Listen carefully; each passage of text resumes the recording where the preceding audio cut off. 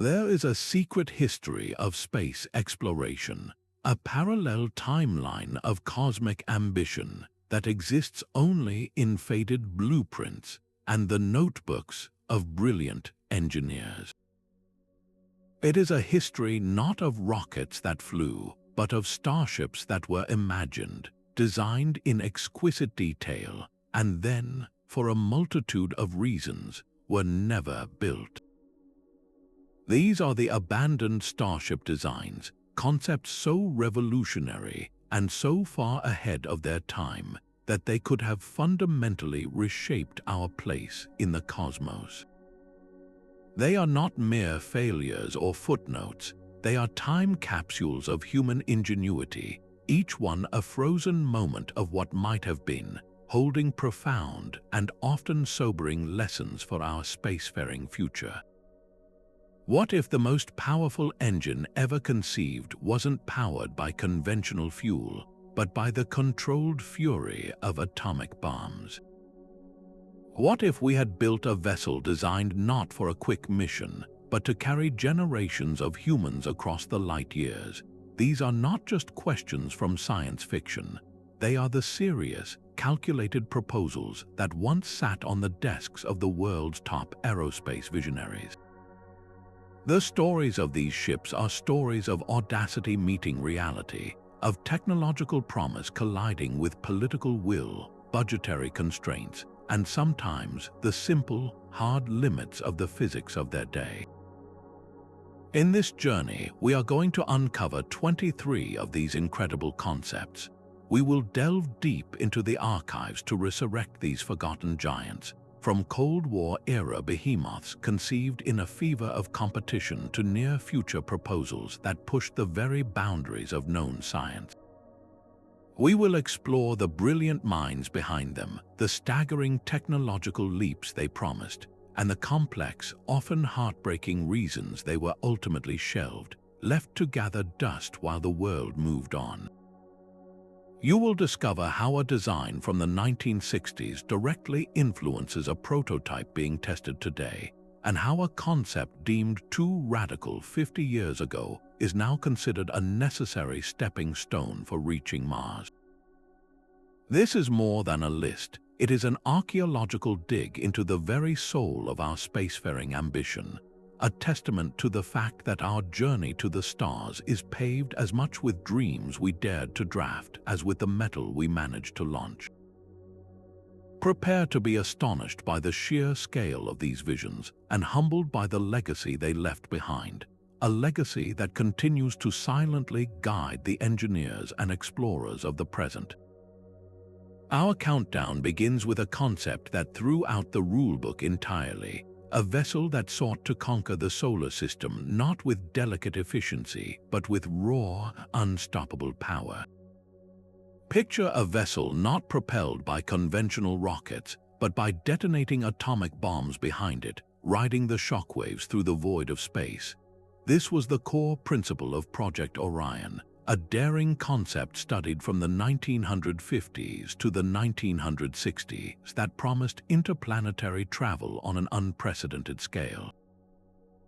At its heart was an idea so simple and so powerful it bordered on the terrifying.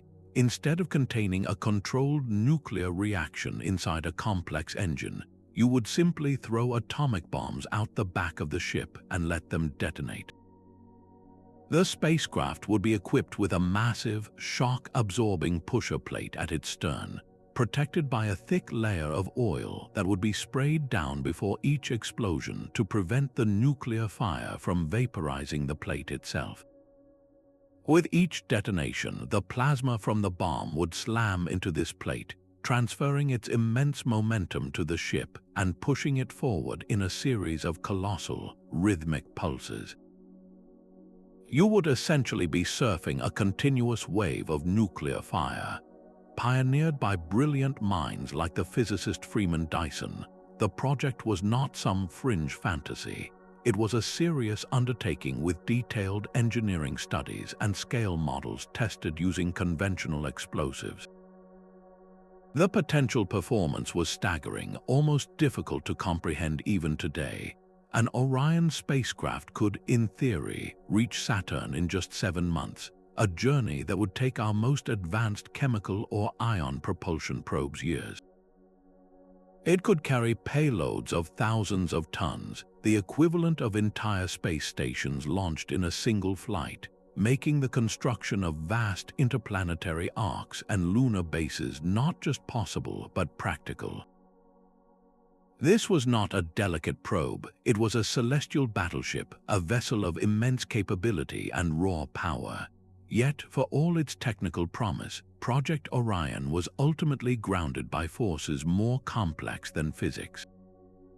The 1963 Partial Test Ban Treaty, which prohibited nuclear explosions in the atmosphere, underwater, and in outer space, created a legal and political barrier that the project could not overcome. Beyond the treaty, there was a growing and entirely justified public fear of radioactive fallout.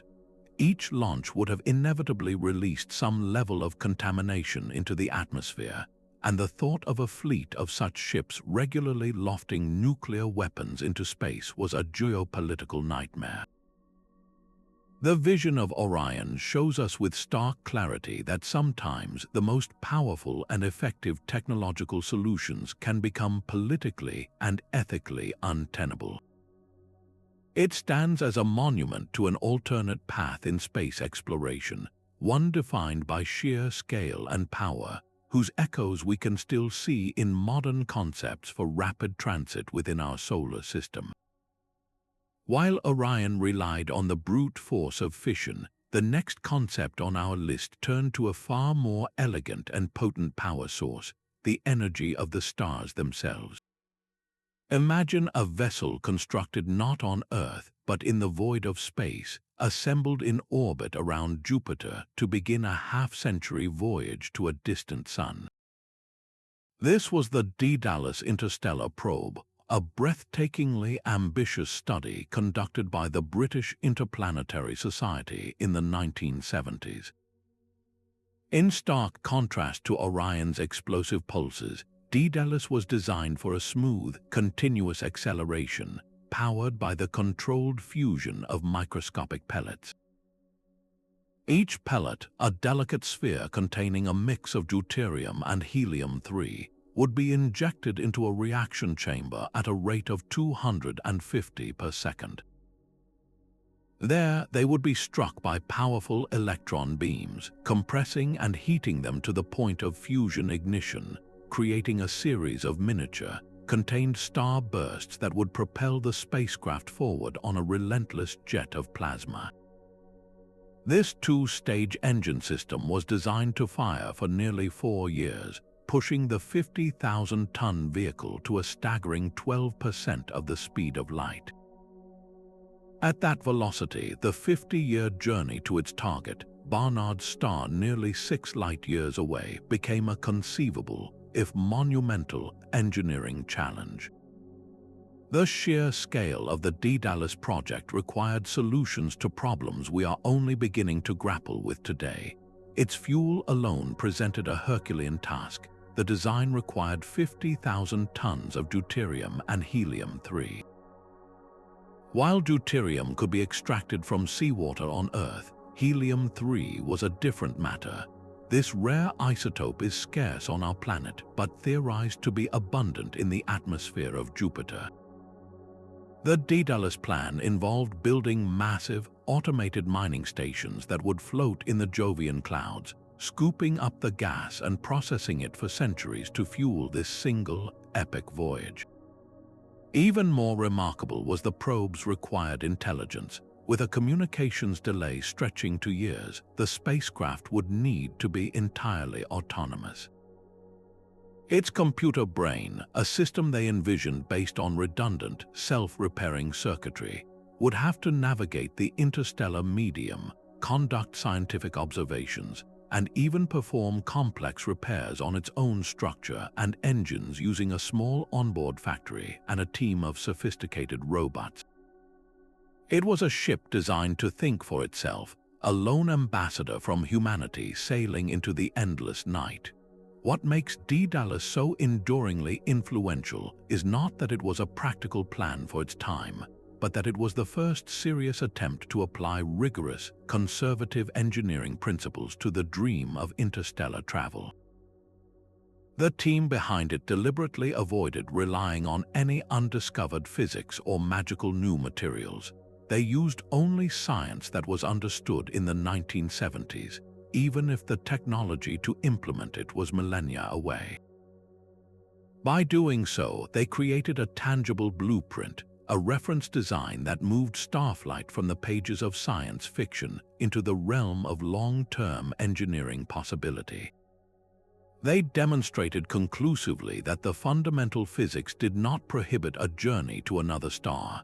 The challenges were instead immense but potentially surmountable problems of engineering, material science, and robotics.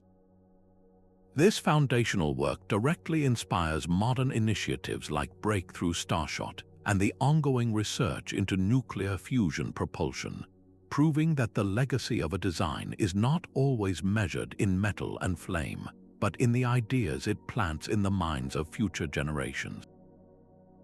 This meticulous, engine-based approach to crossing the gulf between stars stands in dramatic contrast to our next concept, which proposed taking our entire world along for the ride. But the Daedalus probe was a robotic scout, a message in a bottle flung toward the stars. What if humanity wanted to send more than just a message? What if we wanted to send ourselves? This brings us to a vision that redefined the very concept of a spaceship, transforming it from a vehicle into a vessel for civilization. Imagine a city sailing through the void, a colossal cylinder a full kilometer in length, its forward section dominated by a gigantic sphere of frozen deuterium ice that serves a dual purpose: the fuel for its incredible journey and a protective shield against the deadly cosmic radiation of deep space. This was the Inz-Man Starship, a breathtaking concept proposed by Robert Inz-Man in the 1960s, and it remains one of the most compelling blueprints for a true interstellar arc ever conceived. Unlike the unmanned Daedalus, the Inz-Man was designed to carry a community of 200 people, not on a brief mission, but on a voyage that would span multiple generations, a permanent migration away from our solar system in search of a new home around a neighboring sun. The heart of this mobile world was its revolutionary propulsion system. While it shared a philosophical kinship with Project Orion's idea of pulse propulsion, the Inz-Man's engine was a far more refined and controlled beast. Instead of atomic bombs, it would use inertial confinement fusion. The concept involved taking small pellets of that frozen deuterium fuel from its massive forward tank and blasting them with powerful lasers or particle beams. This would compress and heat the fuel to the point of fusion, creating a series of tiny, controlled thermonuclear explosions. These microsuns would blast against a pusher plate, providing a smooth, continuous thrust. This method was theoretically much cleaner and more efficient than Orion's fission pulses, offering the incredible power needed for an interstellar journey without the politically toxic legacy of nuclear fallout. It was an engine worthy of a world ship, capable of accelerating the immense mass to a fraction of light speed and then decelerating it upon arrival at a distant star, a capability many other concepts lacked. Life aboard the Inz-Man was designed for permanence. The crew section at the rear of the cylinder was designed to rotate, creating artificial gravity through centrifugal force and ensuring that the children born on the voyage would develop strong bones and muscles, able to one day walk on a new world. The ship was conceived as a completely closed-loop ecosystem, a self-sustaining biosphere where every drop of water and molecule of air would be constantly recycled. Agriculture would be conducted in vast hydroponic bays, providing food and replenishing oxygen. The social structure would have to be carefully planned, a miniature society tasked with preserving knowledge, culture, and technical skills across centuries, all while maintaining the ship that was their entire universe. The Inz-Man represented a profound philosophical shift. It wasn't about planting a flag and returning home. It was about leaving home behind forever. It was the ultimate expression of a migratory species, an insurance policy for humanity cast adrift among the stars. So why did this magnificent arc never progress beyond stunning concept art?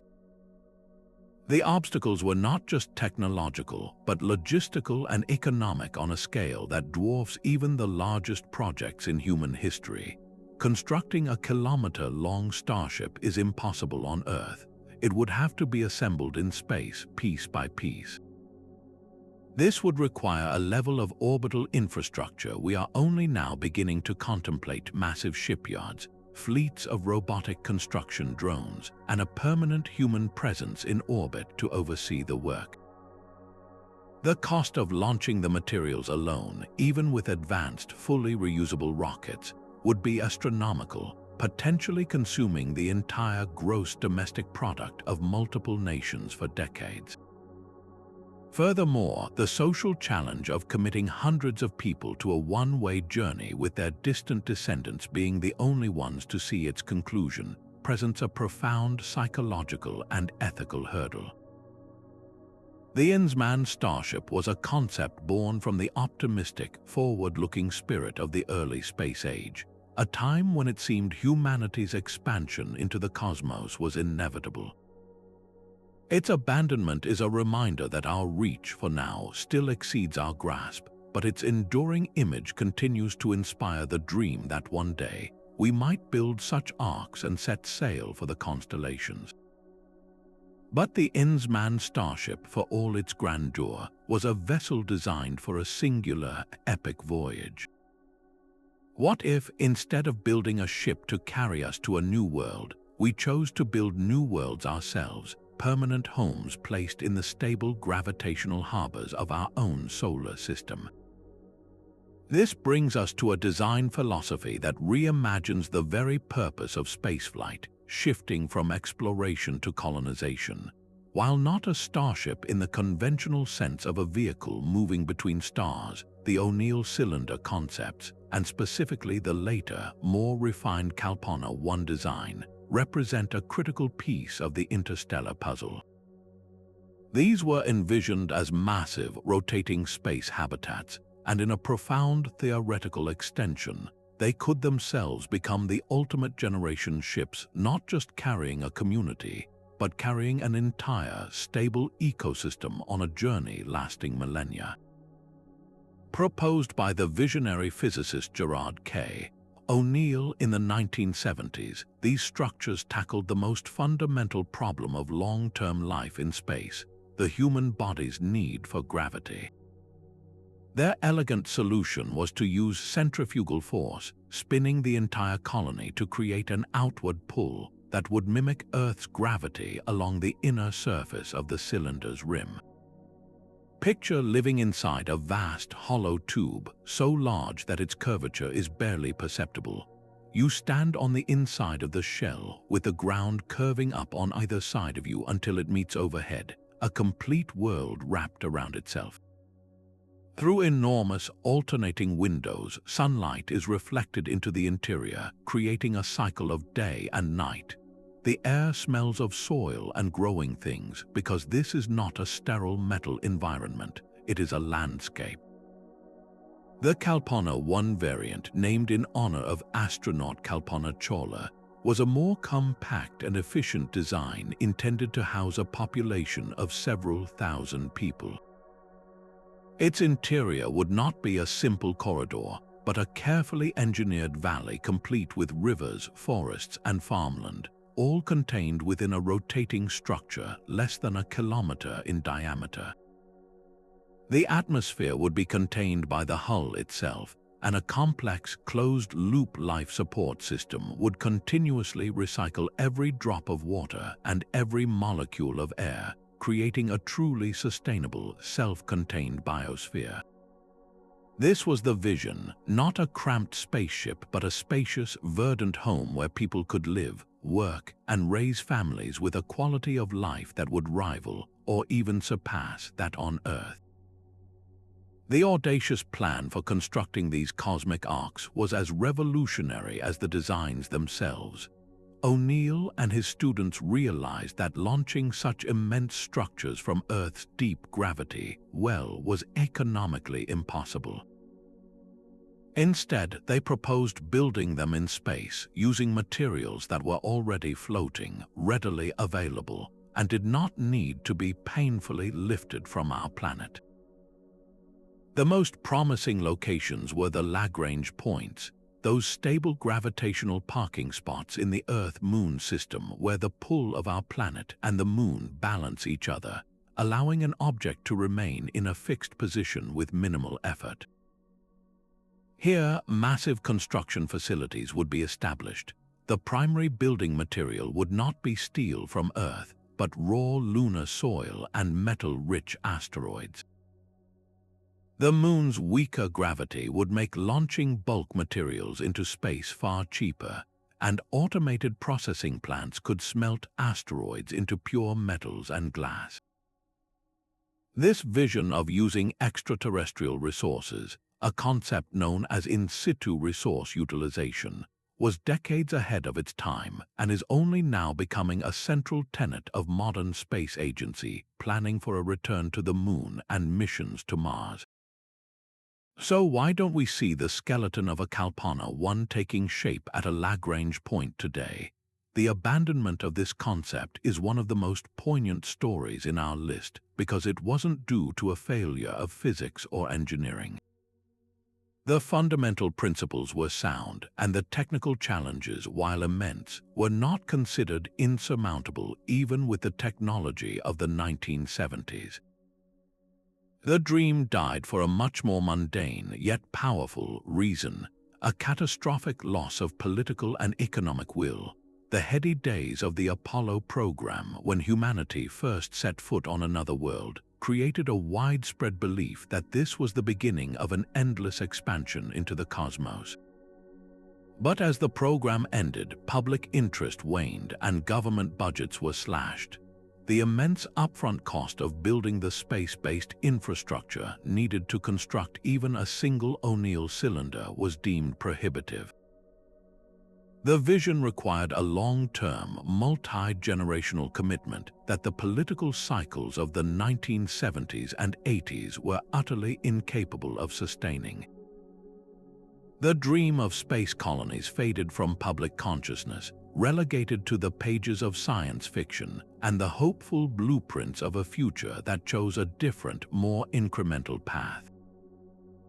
These habitats stand as a powerful reminder that living in space, truly living, requires more than just a ship with life support. It requires a home, a place built for life itself to flourish. This foundational idea of creating a permanent human presence in space sets the stage for a very different kind of vehicle, one designed not for a sedentary life among the stars, but for rapid, agile travel within our own celestial neighborhood. While the O'Neill cylinders dreamed of building permanent homes in the void, another set of designs focused on a more immediate challenge: how to move through our solar system not as a slow, generational voyage, but with speed and efficiency. This brings us to a concept that traded the explosive power of Orion for a more controlled, sustained nuclear fire, a rocket design that has tantalized engineers for decades. Imagine a spacecraft that looks less like a traditional rocket and more like a long, slender needle, with a heavily shielded nuclear reactor at its core acting as a celestial furnace. This is the principle behind the nuclear thermal rocket, and its most advanced incarnation was the Discovery 2 concept, a 2000-era NAS, a design for a crewed mission to Jupiter's enigmatic moon, Callisto. The core idea is brilliantly straightforward yet incredibly powerful. Instead of burning chemical fuel, the ship's engine would funnel liquid hydrogen through a superheated nuclear reactor. The reactor core, glowing with intense heat, would instantly flash the hydrogen into an incredibly hot, expanding plasma, which would then be channeled out through a nozzle to create thrust. This process is fundamentally more efficient than chemical combustion. It provides about twice the thrust for the same amount of propellant, a measure known as specific impulse. For a mission to Mars, this could cut the travel time from 9 months down to 6, drastically reducing the crew's exposure to dangerous cosmic radiation and the psychological strain of confinement. For a journey to the outer planets, it transforms a multi-year epic into a feasible, if still ambitious, expedition. The Discovery 2 was not born in a vacuum.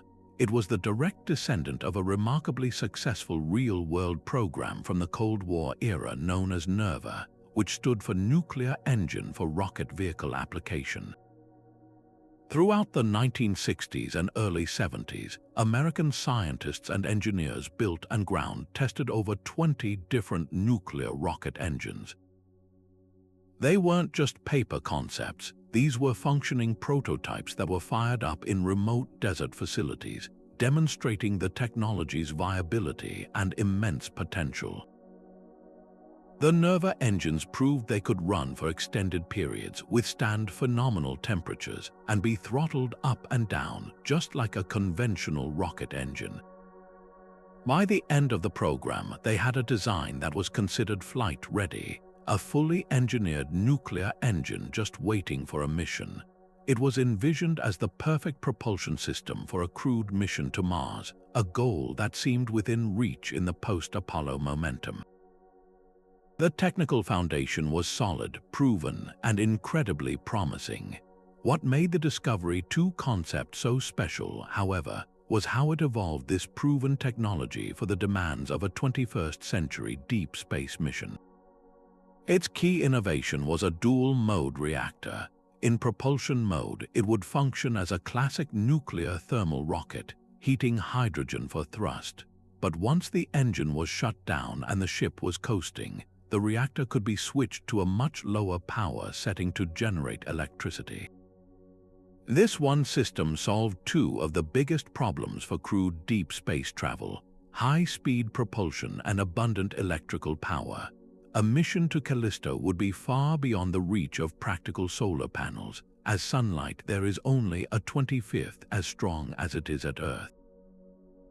The ship would need a powerful and reliable source of electricity for life support, communication with Earth, and the vast array of scientific instruments needed to study the Jovian system. The Discovery 2's reactor could provide megawatts of power, enabling capabilities like powerful radar to peer through the ice of Jupiter's moons and high-bandwidth laser communications to send back torrents of data. It was an integrated system, a true deep space cruiser designed for both the journey and the destination. Yet, despite its elegant design and solid technical heritage, the Discovery 2, like its NERVA ancestor, never left the drawing board. The original NERVA program was cancelled in 1973, a victim of severe NASA budget cuts and a shifting national focus toward the developing Space Shuttle program, which promised routine and affordable access to low Earth orbit. The grand visions of Mars missions were shelved. Decades later, when the Discovery 2 concept was developed, it faced a similar fate. NASA priorities had shifted again, this time toward the Constellation program and its goal of returning to the Moon. The significant development costs and the perceived political and public relations challenges of launching a nuclear reactor into space once again grounded a technology that promised to open up the solar system. It's a recurring story in aerospace, a cycle of visionary design followed by budgetary and political retreat. The promise of swift, efficient travel throughout our celestial neighborhood was deferred yet again.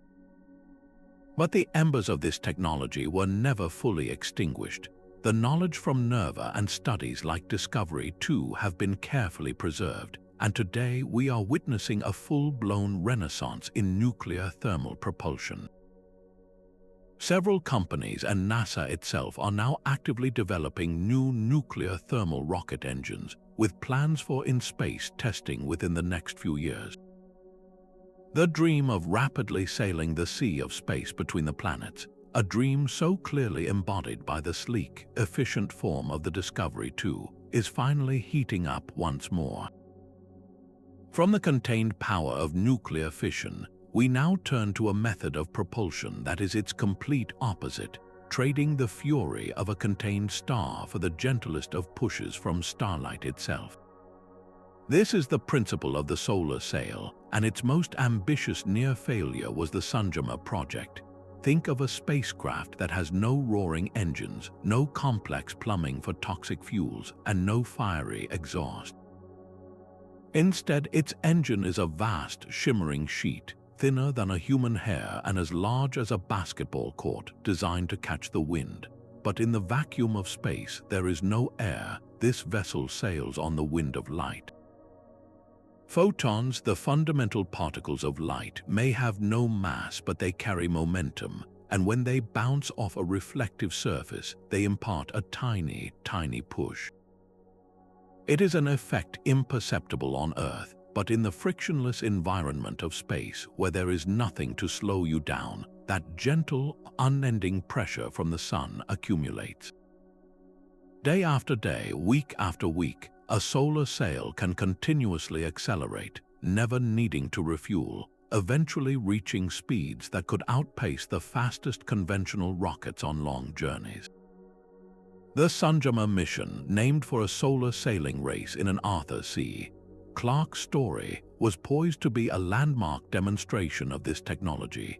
Planned for launch in 2015, it was designed to showcase capabilities that sound like science fiction. One of its key goals was to demonstrate station keeping at a so-called Lagrange point, a gravitational sweet spot between the Earth and the Sun. A conventional satellite at this location must constantly fire its small thrusters, burning through a limited fuel supply to maintain its position. A solar sail, however, could perform a delicate balancing act. By minutely adjusting the angle of its sail, it could use the constant pressure of sunlight to tack against the gravitational pull, holding its position indefinitely without a single drop of propellant. This would open up new possibilities for advanced space weather monitoring, giving us more warning for solar storms that can disrupt power grids on Earth. Furthermore, Sunjama was intended to demonstrate the feasibility of using this technology for a critical Antimatter mission, the deorbiting of defunct satellites and space junk, using its gentle push to guide debris safely into the atmosphere to burn up. The elegance of the concept, however, was matched by the sheer difficulty of its execution. The history of solar sailing is a long one, with the concept first proposed by the Russian scientist Friedrich Zander in the 1920s and later popularized by the visionary Carl Sagan. For most of the 20th century, it remained a theoretical curiosity because no material existed that was both strong enough and light enough to make a sail of the required size feasible. The breakthrough came with advanced polymers, specifically a material called Captain. This golden, ultra-thin film, renowned for its thermal stability and strength, was what finally made a sail like Sunjama's possible. Yet the challenge then became one of origami on a grand scale. How do you pack a structure the size of a large building into a small satellite bus for launch, and then, millions of miles from Earth, unfurl it perfectly without it tearing, tangling, or jamming? The deployment mechanism is a nightmare of engineering, involving booms, rollers, and motors that must work with flawless precision in the harsh environment of space. The slightest error could render the entire mission a failure, turning the beautiful sail into a useless, crumpled shroud. Ultimately, this combination of technical and programmatic hurdles proved to be Sunjama's undoing. Despite the successful earlier demonstration of a smaller solar sail by Japan's Ikaros probe, which famously deployed its sail en route to Venus, the larger scale and specific goals of the Sanjama mission introduced greater complexity. As the project progressed, concerns grew about the readiness of the deployment technology and the management of the mission's development. In late 2014, just months before its scheduled launch, NASA made the difficult decision to cancel Sanjama. The official reason cited was the contractor's inability to ensure that the spacecraft would meet the technical requirements necessary for mission success. It was a stark reminder that even the most elegant and theoretically sound concepts can be tripped up by the brutal realities of engineering and project management. The dream of seeing a sail the size of a sports field riding the sunbeams was, for the time being, shelved. Yet the story of solar sailing did not end with Sanjama's cancellation. In many ways, its failure paved the way for later successes by highlighting the specific challenges that needed to be overcome. Just a few years later, the Planetary Society's Light Sail 2 mission, funded by private donations and public support, successfully deployed its own smaller sail in Earth orbit and definitively demonstrated controlled solar sailing, raising its orbit using only the power of sunlight. More recently, NASA's own advanced composite solar sail system has launched to test new, lightweight boom designs that could make future sails even larger and more efficient. Sanjama's legacy is not a spacecraft that flew, but a set of hard-won lessons that advanced the entire field. It proved that while the push of light is faint, it is constant and free, a propulsion system that never runs out. This elegant method of sailing the cosmic ocean, using the fundamental physics of light itself, stands in beautiful contrast to the next concept on our list, which sought not to ride the light, but to bottle a star and carry it into the void. The elegance of the Bussard Ramjet lies in its beautiful, almost paradoxical premise: a starship that gets lighter and faster as it travels, because it's consuming the very medium it moves through. Imagine a vessel shaped like a vast, open flower, its prow dominated not by metal, but by an invisible, shimmering web of magnetic force stretching across an area larger than the Earth itself. This is the Ram Scoop, a colossal electromagnetic net designed to do what no physical structure ever could: gather fuel from the near-perfect vacuum of interstellar space. As the ship moves forward at a fraction of light speed, this magnetic field acts like a cosmic trawler, catching the sparse hydrogen atoms that float between the stars, perhaps just 1 or 2 per cubic centimeter. These atoms, ionized by the ship's immense speed, become trapped by the magnetic fields and are funneled inward, compressed and guided into a raging fusion reactor at the heart of the spacecraft. Here, in a controlled stellar inferno, the hydrogen is fused into helium, releasing a torrent of energy that is directed out the back as a blazing exhaust plume. This process would be continuous, a self-sustaining cycle of collection and combustion, allowing the ship to accelerate for years, even decades, theoretically approaching a significant fraction of the speed of light without ever worrying about running out of propellant.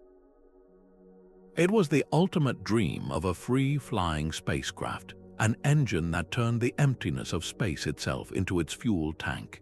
This visionary concept was the brainchild of physicist Robert Bussard, who first published the idea in 1960. At the time, it seemed like a theoretical masterstroke, a way to sidestep the tyranny of the rocket equation that dictates conventional spacecraft must carry exponentially more fuel just to accelerate a tiny payload. The Ramjet promised a universe where the fuel for an interstellar journey was waiting for you along the way, free for the taking. It captured the imagination of science fiction writers and scientists alike, becoming a staple in stories about humanity's expansion into the galaxy. The potential was staggering. A ship like this could, in principle, accelerate at a steady rate for the first half of its journey, then flip around and use its engine to decelerate for the second half, delivering a crew to a nearby star within a single human lifetime. It transformed interstellar travel from a multi-generational odyssey into something resembling a long-term expedition, a formidable but conceivable challenge. For a brief, shining moment, it appeared that the key to the galaxy had been found, hidden in the thin, diffuse gas that drifts between the stars. However, the universe often has a way of complicating our most elegant ideas. The first major crack in the Ramjet's theoretical foundation appeared when scientists began to scrutinize the actual density of the interstellar medium in our local region of the Milky Way. While space is not a perfect vacuum, it is, for all practical purposes, incredibly empty. The hydrogen density in our galactic neighborhood is so low that the Ram scoop would need to be almost unimaginably vast to collect enough atoms to sustain a useful fusion reaction. Calculations revealed that to generate enough thrust for a ship of substantial mass, the magnetic scoop might need to be hundreds, even thousands, of kilometers in diameter, a feat of engineering that borders on the magical.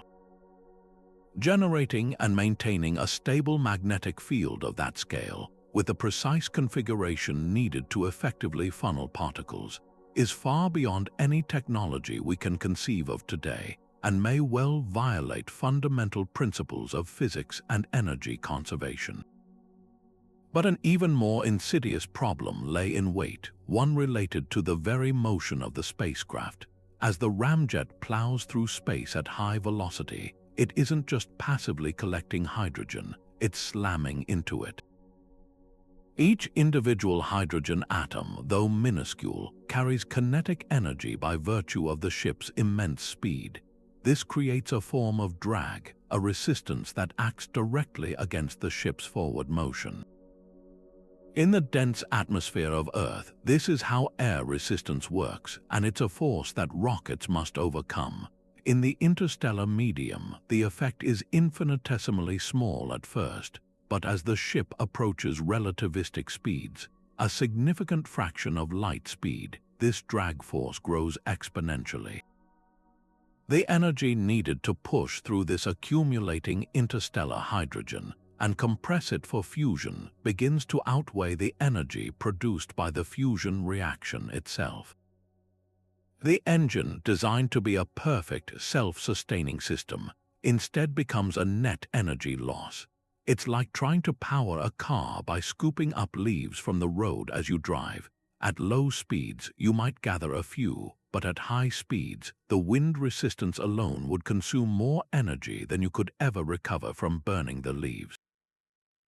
For the Bussard Ramjet, there is a fundamental speed limit, a point where the drag overwhelms the thrust, preventing it from ever reaching the relativistic velocities that were its entire reason for being. The abandonment of the Bussard Ramjet is a profound lesson in the scientific process. It wasn't cancelled due to politics or lack of funding. It was invalidated by a more complete and sober application of physics. Later analyses, particularly a pivotal paper by the physicists Daniel Whitmire and John Wiley, systematically dismantled the original optimistic assumptions.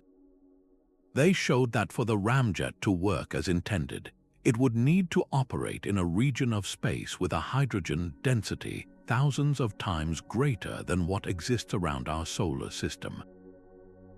We now understand that our Sun resides in what is called the local bubble, a region of unusually hot, low-density plasma, making it perhaps one of the worst places in the galaxy to attempt such a feat. The Ramjet's downfall was a collision between a beautifully simple theory and the messy, complicated reality of our cosmic environment. It remains a brilliant thought experiment, a monument to human ingenuity, but its retirement serves as a crucial reminder that the path to the stars will be paved not just with bold ideas, but with rigorous, unforgiving physics. This fundamental challenge of gathering sufficient resources from the sparse environment of space shifts our focus to a design that took a completely opposite approach, one that planned to manufacture its own fuel from the very beginning, turning a celestial body into a cosmic gas station. While the Bussard Ramjet dreamed of harvesting fuel from the void, another abandoned design from the same era took a completely different approach to enabling a spacefaring civilization. If you cannot find your fuel along the way, then you must launch everything you need from Earth in one colossal package. This brings us to a rocket so monumentally vast that it makes even the mighty Saturn V look like a toy, a concept that embodied the philosophy of brute force on an almost mythical scale. Imagine a launch vehicle not assembled in a pristine clean room, but constructed in a heavy industrial shipyard, built like a naval vessel from thick steel plates, and then towed out to sea to be launched from the open ocean. This was the Sea Dragon, a 1960s super heavy lift rocket concept from the aerospace company TRW that was designed to do one thing and do it with overwhelming power: lift an almost unbelievable 550 metric tons into low Earth orbit in a single flight. To fully grasp that number, consider that the legendary Saturn V, the rocket that took humans to the moon, could lift about 140 tons.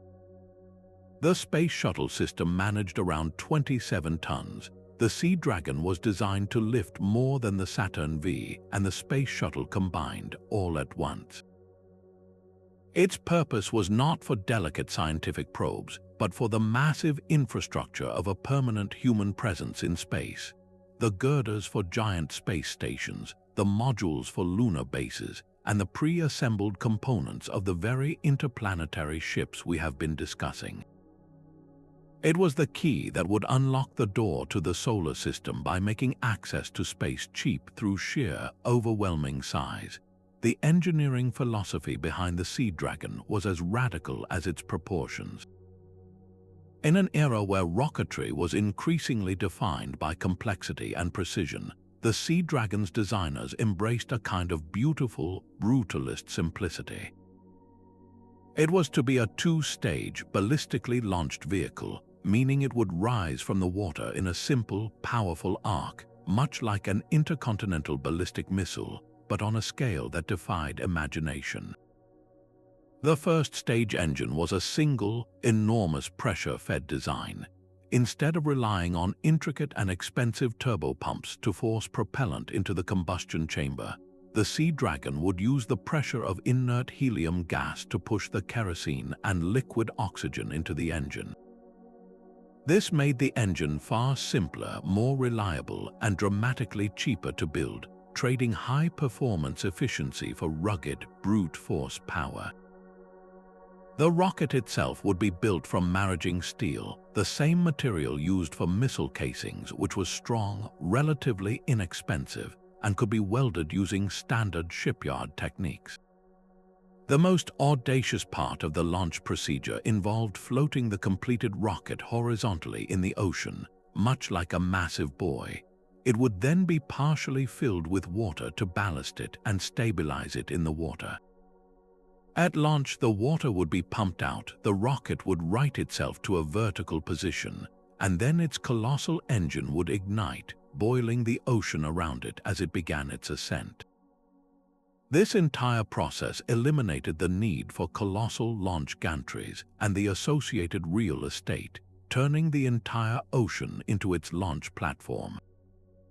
The vision driving this Leviathan was one of a future where space was not a destination for a few select astronauts, but a place for humanity to live and work. The Sea Dragon was conceived as the workhorse for this future, the heavy freight train to space. Its enormous payload fairing, large enough to hold an entire apartment building, could carry prefabricated sections of space stations, allowing for the construction of orbiting cities in just a handful of launches instead of dozens or hundreds. It could deliver the entire life support system, landing craft, and return vehicle for a Mars mission in a single flight, drastically reducing the complexity and risk of assembling such a ship in orbit. It was the enabling technology for the O'Neill cylinders and the construction yards for the Inz-Man Starship, the foundational infrastructure that would make every other grand vision possible. By reducing the cost per kilogram to orbit to a fraction of what it was with smaller rockets, the Sea Dragon promised to transform space from an inaccessible frontier into a manageable, even industrial domain. It was the ultimate expression of the idea that the best way to solve a difficult problem is sometimes not with finesse, but with overwhelming force and scale. Yet, for all its visionary promise, the Sea Dragon never progressed beyond detailed engineering studies. The project was ultimately a victim of its own ambition and the shifting political winds of the time. The estimated development cost, even in 1960s dollars, was staggering, running into the billions. In the post-Apollo era, with the moon race won and public and political appetite for massive space expenditures waning, there was simply no will to fund such a daring and expensive venture. The very scale that made it so promising also made it seem incredibly risky. The concept of a single launch vehicle carrying the equivalent of $1 billion space station was a financier's nightmare. A single failure would be catastrophically expensive. Furthermore, the launch concept, while simple, was entirely unproven. The dynamics of igniting such a massive engine while the rocket was bobbing in the ocean, and the potential environmental impact of such a launch, presented a host of unknown challenges. The Sea Dragon represented a path not taken in rocketry, a future of massive, simple, and cheap heavy lift. Instead, the world chose a path of incremental refinement, of smaller, more complex, and reusable systems like the Space Shuttle, which promised routine access to orbit but ultimately failed to deliver on the promise of low cost. The ghost of the Sea Dragon, however, has never fully faded. Its spirit of brute force scale can be seen in the modern super-heavy lift rockets now taking shape, like SpaceX's Starship, which shares the Sea Dragon's ambition for massive payload capacity and radically reduced cost. The dream of a single, mighty vessel that can open the heavens for everyone, a dream so powerfully captured by the Sea Dragon, continues to launch from the drawing boards of a new generation. While the Sea Dragon represented an American vision of brute force access to space, behind the Iron Curtain, Soviet engineers were drafting plans for an equally audacious mission, one that would have sent humans on a grand tour of our neighboring planets without ever landing. At the height of the space race, in an atmosphere of intense secrecy and fierce competition, a small team began work on the TMK, the Heavy Interplanetary Spacecraft, a vehicle designed for a single, epic voyage, a crewed flyby of both Mars and Venus on a single mission lasting more than 3 years. This was not a plan for a quick flag-planting exercise. It was a marathon journey into the deep void, a mission that would have tested the absolute limits of human endurance and spacecraft reliability. The very concept was staggering in its ambition. The proposed flight path was a masterpiece of celestial mechanics, using the gravity of Venus to slingshot the spacecraft onward toward Mars, creating a looping trajectory that would have given a small crew humanity's first close-up look at 2 new worlds within a single, monumental expedition. This was interplanetary travel on a scale that has still never been attempted, a ghost mission from a parallel history of space exploration where the ultimate prize was not the moon, but the planets themselves. The TMK spacecraft itself was a complex and robust vehicle, reflecting the Soviet philosophy of engineering for long-duration missions in the harsh environment of space. It consisted of several key modules, each with a critical role to play in keeping the crew alive and the mission on track. The main habitation module was the crew's home for the entire journey, a pressurized cylinder containing living quarters, workstations, and the life support systems. Attached to this was the re-entry capsule, a small, rugged vehicle designed to bring the cosmonauts through the fiery trauma of atmospheric re-entry and safely back to Earth at the journey's end. Perhaps most crucially, given the vast distance from the Sun, the TMK abandoned solar panels in favor of something far more powerful and reliable: large radioisotope thermoelectric generators. These RTGs would have used the steady, decay heat from radioactive isotopes to generate electricity for years on end, providing a constant and unwavering power source for the spacecraft's systems regardless of its position relative to the Sun. This was a technology the Soviets had already mastered for their lunar probes, and its application to a crewed vehicle showed a serious commitment to solving the fundamental problems of deep space travel. The most visionary and psychologically vital element of the TMK, however, was its planned greenhouse module. The engineers understood that a mission lasting over 1,000 days was more than just an engineering challenge. It was a human challenge. The crew would be isolated, confined, and utterly dependent on the machine around them for every breath of air and every morsel of food. The greenhouse, often referred to as the space greenhouse, or OSIS in some documents, was designed to be a life-giving oasis in the cosmic desert. It was a closed ecological system intended to do more than just provide a supplemental food source. Its primary function was to regenerate the air, using plants to absorb the carbon dioxide exhaled by the crew and replenish the oxygen through photosynthesis. This would create a more sustainable and resilient life support loop, reducing the need to carry vast, heavy stores of oxygen or complex chemical air scrubbing systems. But its secondary function was just as important. It offered a profound psychological benefit.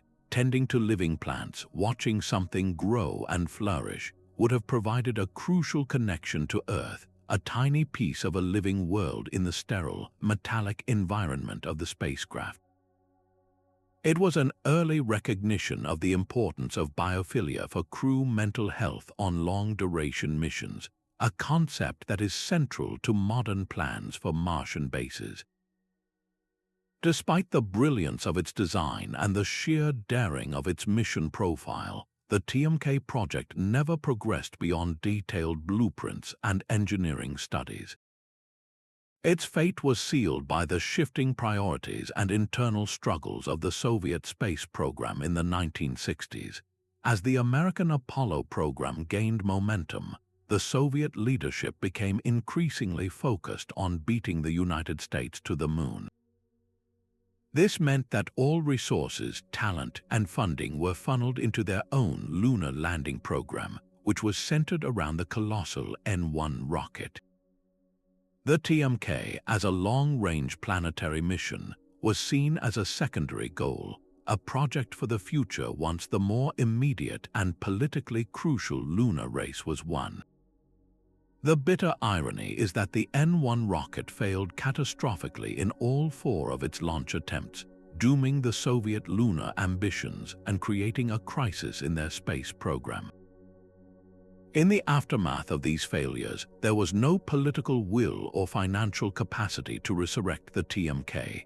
The moment had passed, and the grand tour of Mars and Venus faded into history. A magnificent what-if that remains a testament to the bold, long-range planning of the Soviet engineers who dared to envision it. This focus on protecting a crew on a long journey through interplanetary space sets the stage for a design that tackled the invisible, insidious danger of weightlessness itself. The haunting image of the Discovery 1 from 2001, A Space Odyssey, with its massive, rotating crew section, is more than just cinematic spectacle.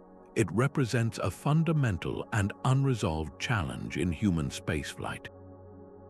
For all the marvels of engineering that allow us to live in orbit, our bodies remain stubbornly adapted to Earth's gravity. In the weightless environment of space, our physiology begins to unravel in alarming ways. Muscles no longer needed to support our frame rapidly atrophy and waste away. The heart, a powerful muscle itself, weakens as it finds its workload dramatically reduced. Most insidiously, our bones begin to leach calcium into the bloodstream, a condition similar to osteoporosis, leading to a loss of bone density that can reach 2% per month. The body's fluid distribution shifts, causing a puffy face and congested sinuses for astronauts, while also affecting their vision. These are not minor inconveniences. They are profound physiological changes that pose a serious threat to any crew attempting a long-duration mission to Mars or beyond, where a weakened, fragile body would be utterly incapable of functioning upon arrival at a destination with significant gravity. This grim medical reality is why the concept of artificial gravity transitioned from science fiction into serious engineering studies. The principle itself is beautifully simple and rooted in basic physics. By rotating a spacecraft or a section of it, you create centrifugal force. Just as swinging a bucket of water in a circle keeps the water from spilling out, spinning a spacecraft pushes objects and people outward toward the interior walls of the rotating section.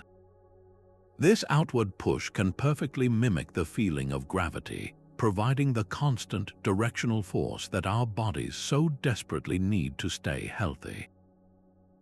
In the 1960s, as NASA was planning for post-Apollo missions, concepts like the Manned Orbiting Research Laboratory, or MOL, explored small rotating cabins to study the effects of artificial gravity on the human body.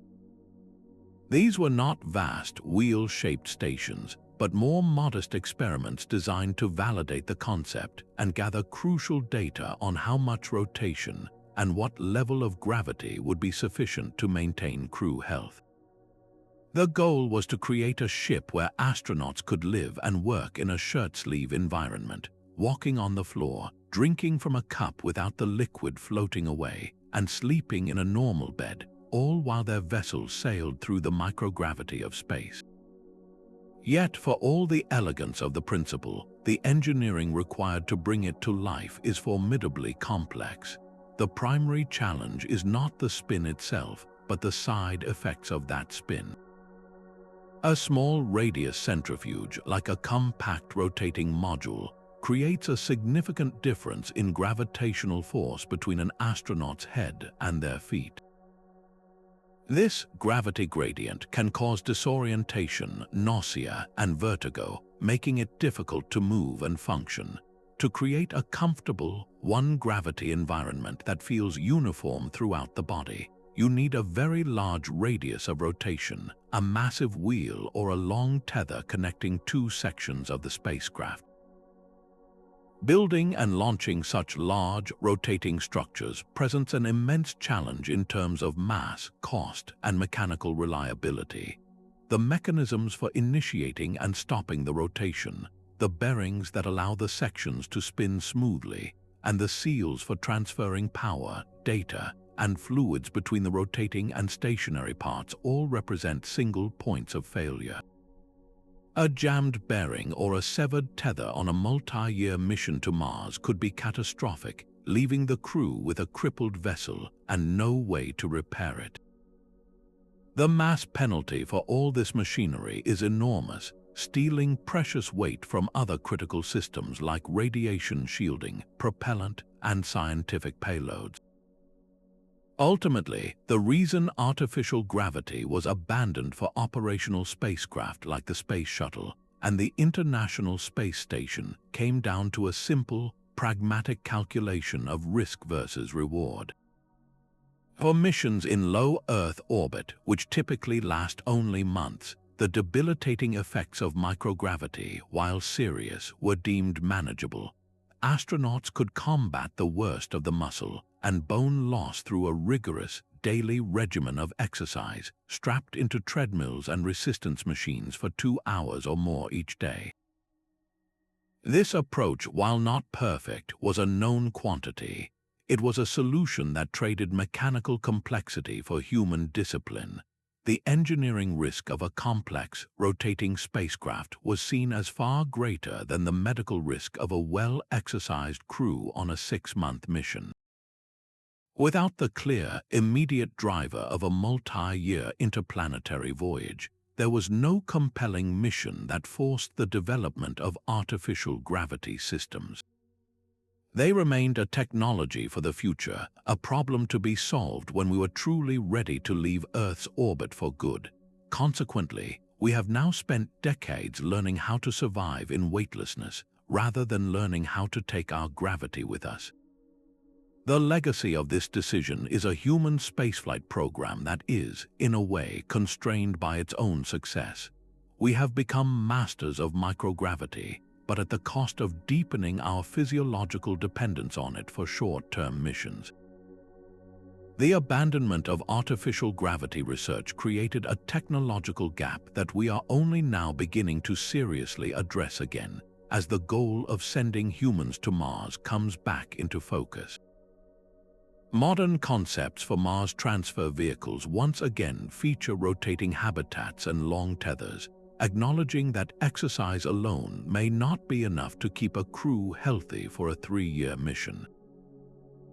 The dream of a Discovery-class ship where humans live and work in a shirt-sleeve environment as they voyage between worlds was not a failed idea but a deferred one. It stands as a testament to a simple truth. To truly live in space, we may need to bring a piece of home with us, not just in our hearts, but in the very physics of our spacecraft. This fundamental concern for the long-term well-being of the crew, ensuring they arrive at their destination strong and healthy, stands in stark contrast to the philosophy of our next design, which sacrificed every comfort for the singular, breathtaking goal of pure, unadulterated speed. If the Daedalus probe represented a marathon runner, built for endurance and steady acceleration, then Project Longshot was a sprinter, designed for an explosive burst of speed fueled by the most potent reaction known to physics. Conceived in a collaborative study between NASA and the United States Naval Academy in the late 1980s, Longshot was a blueprint for an autonomous probe destined for Alpha Centauri, and its engine was a masterpiece of theoretical audacity. At its core was a powerful nuclear fission reactor, a sophisticated piece of technology in its own right, but this reactor served a singular, supporting role: to power the systems needed to harness the true star of the show, Antimatter. The propulsion concept was a hybrid of terrifying power. The design called for creating and storing minuscule quantities of antimatter, then using it as a super-efficient spark plug. This antimatter would be carefully injected into pellets of deuterium and helium-3, the same fusion fuel used in the Daedalus design. When matter and antimatter meet, they annihilate each other completely in a flash of pure energy, a conversion 100% efficient according to Einstein's famous equation. This instantaneous, colossal energy release would be far more than enough to trigger a fusion reaction in the pellet, creating a microscopic star whose plasma exhaust would be channeled out of a magnetic nozzle to thrust the vehicle forward. It was a way to leverage the incredible energy density of antimatter without needing impossibly large quantities of it, using it as a perfect catalyst to unleash the power of fusion. The allure of antimatter as a fuel is almost impossible to overstate. To understand its potential, consider a simple comparison. The Saturn V rocket, the most powerful vehicle ever launched, required massive tanks holding thousands of tons of kerosene and liquid oxygen to break free of Earth's gravity. To get that same amount of energy from matter-antimatter annihilation, you would need only a few dozen tons of fuel combined. For an interstellar mission, the advantage becomes astronomical. While a fusion-powered ship like Daedalus would require a fuel tank the size of a large building, an antimatter-powered ship could theoretically make the same journey with a fuel mass measured in mere kilograms. This incredible energy density is why antimatter has been the holy grail of propulsion for decades. It represents the ultimate compact energy source, the kind of power that could truly make rapid interstellar travel a conceivable engineering goal rather than a multi-generational dream. Project Longshot was an attempt to bridge that gap, to create a design that was still incredibly advanced, but rooted in a step-by-step application of known physics, using antimatter not as the primary fuel, but as the perfect initiator for a more manageable fusion burn. However, the path from theoretical blueprint to a functioning engine is littered with obstacles of an almost philosophical scale. The first and most daunting challenge is simply creating the antimatter itself. In nature, antimatter is vanishingly rare. It's produced in tiny amounts during high-energy events like cosmic ray collisions, but it is immediately annihilated upon contact with normal matter. To fuel a Longshot-style engine, we would need to manufacture it artificially. Today, this is done at massive particle accelerator facilities like CERN, but the production rate is agonizingly slow.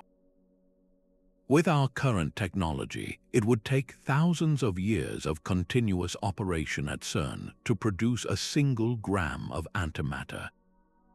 Even if we could dramatically improve the efficiency of production by a factor of 1,000,000, the energy required to create it would be far greater than the energy we could ever hope to recover from its annihilation, making it the most expensive substance in the universe by an almost incomprehensible margin. The second, equally formidable problem is containment. How do you store a substance that will violently explode if it so much as touches the walls of its container? The solution proposed in concepts like Longshot is to use something without physical walls, a magnetic bottle.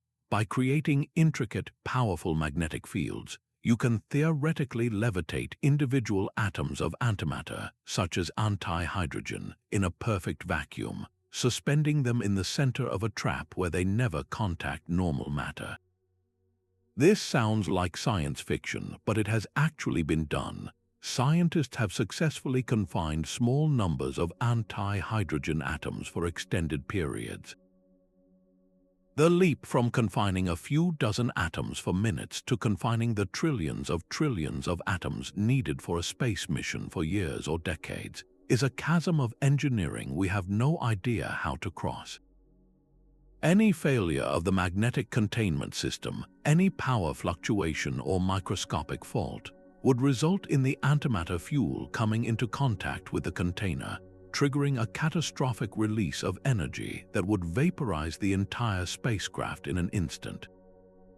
A Longshot probe would be carrying a bomb of unimaginable potency at its heart, a bomb that had to be kept perfectly safe for a voyage lasting a century. Project Longshot never progressed beyond its initial paper study because it was, quite literally, too far ahead of its time. It correctly identified antimatter as the key to high-speed interstellar travel, but it also highlighted the monumental and perhaps permanent technological barriers standing in our way. The problems of production and containment are so fundamental that they may require entirely new branches of physics and engineering to solve. The probe's design was a thought experiment that pushed the boundaries of the possible, a reconnaissance mission into the furthest frontiers of propulsion theory. Its ultimate value was not in providing a buildable blueprint, but in clearly defining the next great hurdle for interstellar travel. It showed us the summit, but also the sheer, vertical face of the cliff we must first learn to climb. The pursuit of such an ultimate energy source, one that manipulates the very building blocks of reality, naturally compels us to consider an even more radical idea. What if the answer is not to build a better engine, but to change the rules of the game entirely by bending the fabric of the universe itself? Pushing past the limits of conventional propulsion, where even the immense power of antimatter is bound by the speed of light, we arrive at a concept that seeks to rewrite the very rules of the game. This is the realm of the warp drive, and while it sounds like pure science fiction, it was the subject of serious, if highly speculative, investigation by a small, advanced research group within NASA known as EagleWorks. Their work was inspired by a groundbreaking 1994 paper from Mexican physicist Miguel Alcubierre, who proposed a theoretical method for faster-than-light travel that, on paper, does not violate Einstein's theory of relativity. The stunning artist's concept that emerged from this thinking was the IXS Enterprise, a vessel that looked nothing like a conventional rocket. It featured a central crew compartment, shaped like a sphere or a saucer, suspended in the void between two enormous, donut-shaped rings that encircled it. These rings weren't physical structures in the traditional sense. They were visualized as the framework for containing an immense energy field, the engine of a dream that could literally bend the universe to its will. The core principle of the Alcubierre drive is as beautiful as it is mind-bending.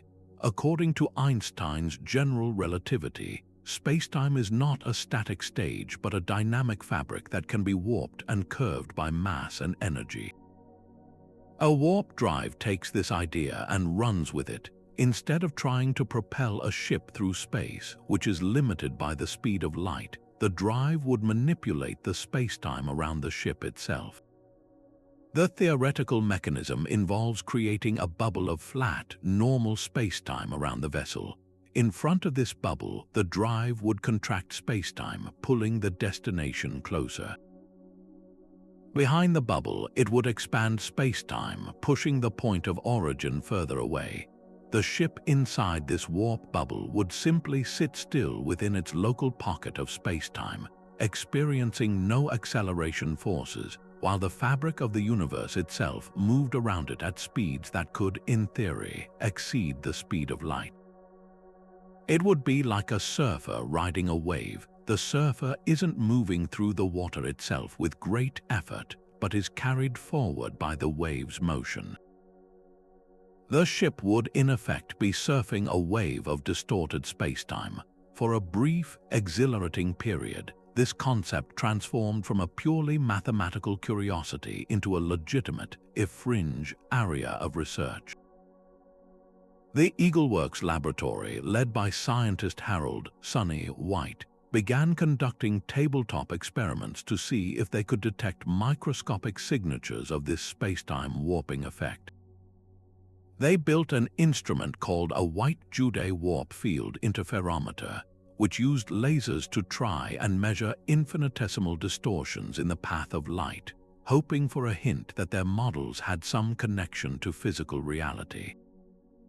This was not a program to build a starship, but a fundamental physics inquiry to see if the math could manifest in even the tiniest way in a lab. The very fact that NASA was spending any resources at all on this idea captured the global imagination, offering a tantalizing glimpse of a future where the galaxy could be opened up not in generations, but in years or even months. It was the ultimate expression of hope that the laws of physics might contain a loophole for explorers. However, this magnificent dream soon collided with some brutal and seemingly insurmountable physical realities. The first and most famous deal-breaker was the energy requirement. The initial calculations based on Alcubierre's paper were staggering. To create a warp bubble large enough to hold even a small ship, you would need an amount of energy equivalent to converting the entire mass of the planet Jupiter into pure energy, in accordance with E equals mc squared. This is an amount of energy that dwarfs the total output of our Sun for an entire year.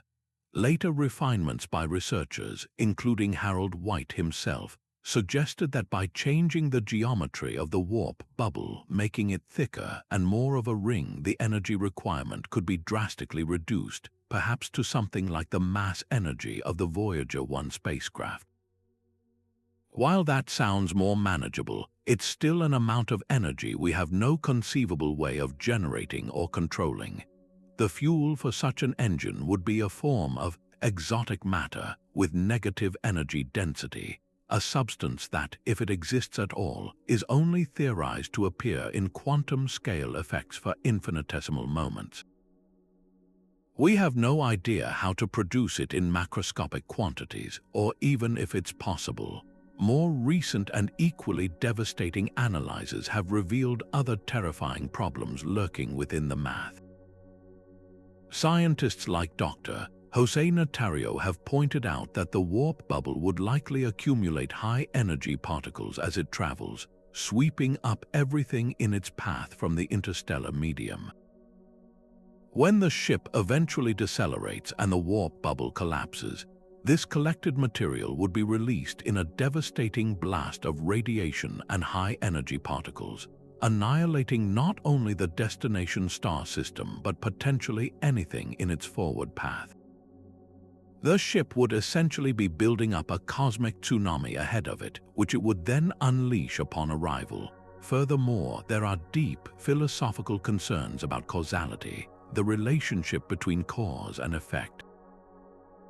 Because the ship is moving faster than light within the bubble, it could theoretically create scenarios where it arrives at a destination before a signal is sent, or worse, before it even left, leading to paradoxes that violate our fundamental understanding of how the universe operates.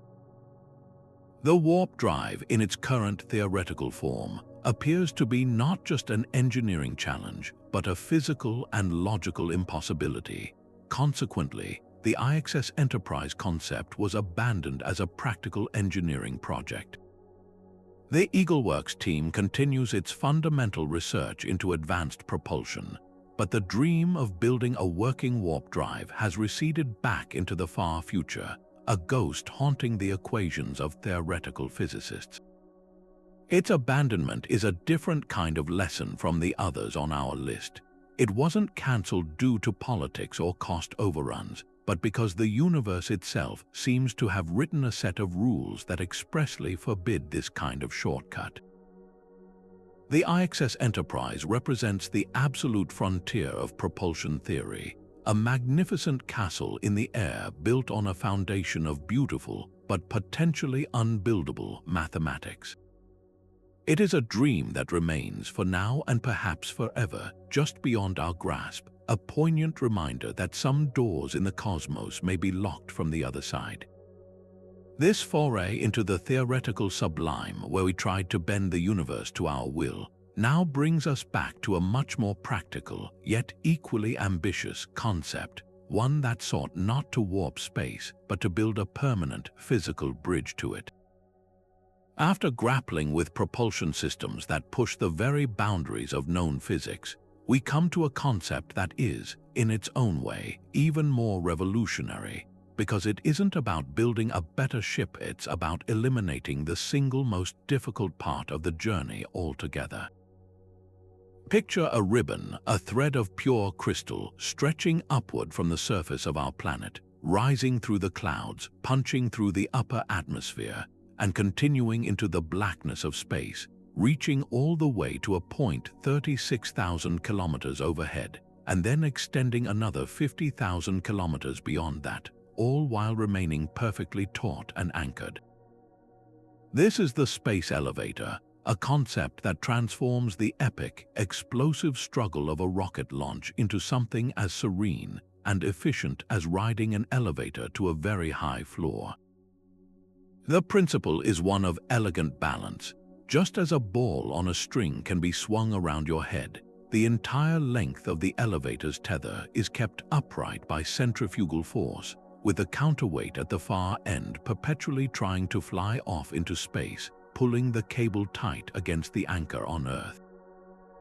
Electric climbers, drawing power from lasers on the ground or in space, would then glide up this ribbon, carrying cargo and passengers into orbit for a fraction of the cost and risk of a conventional rocket. It is the ultimate infrastructure project, a permanent bridge to the final frontier that would make every other space endeavor immeasurably easier. The dream of such a structure is not new. The Russian scientist Konstantin Tsiolkovsky, inspired by the newly built Eiffel Tower, first conceived of a celestial castle at the end of a taut cable in 1895. For over a century, however, it remained a fantasy because every known material would snap under its own weight long before it could reach the necessary length. The discovery of carbon nanotubes in the 1990s changed everything.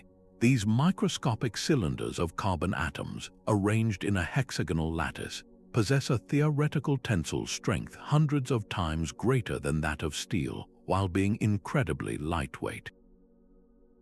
For the first time, physicists and engineers had a material that, on paper, had the specific strength, the strength-to-density ratio, to make a space elevator tether feasible. The late 20th and early 21st centuries saw a flurry of serious studies, conferences, and even prize competitions dedicated to designing this structure, with detailed plans for the anchor station, the climbers, and the complex process of deploying the initial tether from space downward. The carbon nanotube was the magic key, the one material that seemed capable of turning a centuries-old dream into a solvable, if monumental, engineering problem. A related and equally brilliant concept that emerged alongside the static elevator is the rotavator, or momentum exchange tether. Imagine a lasso spinning in orbit, a long cable with a weighted tip whipping around at incredible speed. The rotavator is an orbital pickup and delivery service. A payload launched from Earth on a relatively small rocket would not need to fight its way all the way to orbit. Instead, it would make a rendezvous with the tip of this spinning tether. At the precise moment, the tether would catch the payload, and in that instant, the physics of momentum exchange would act like a celestial slingshot.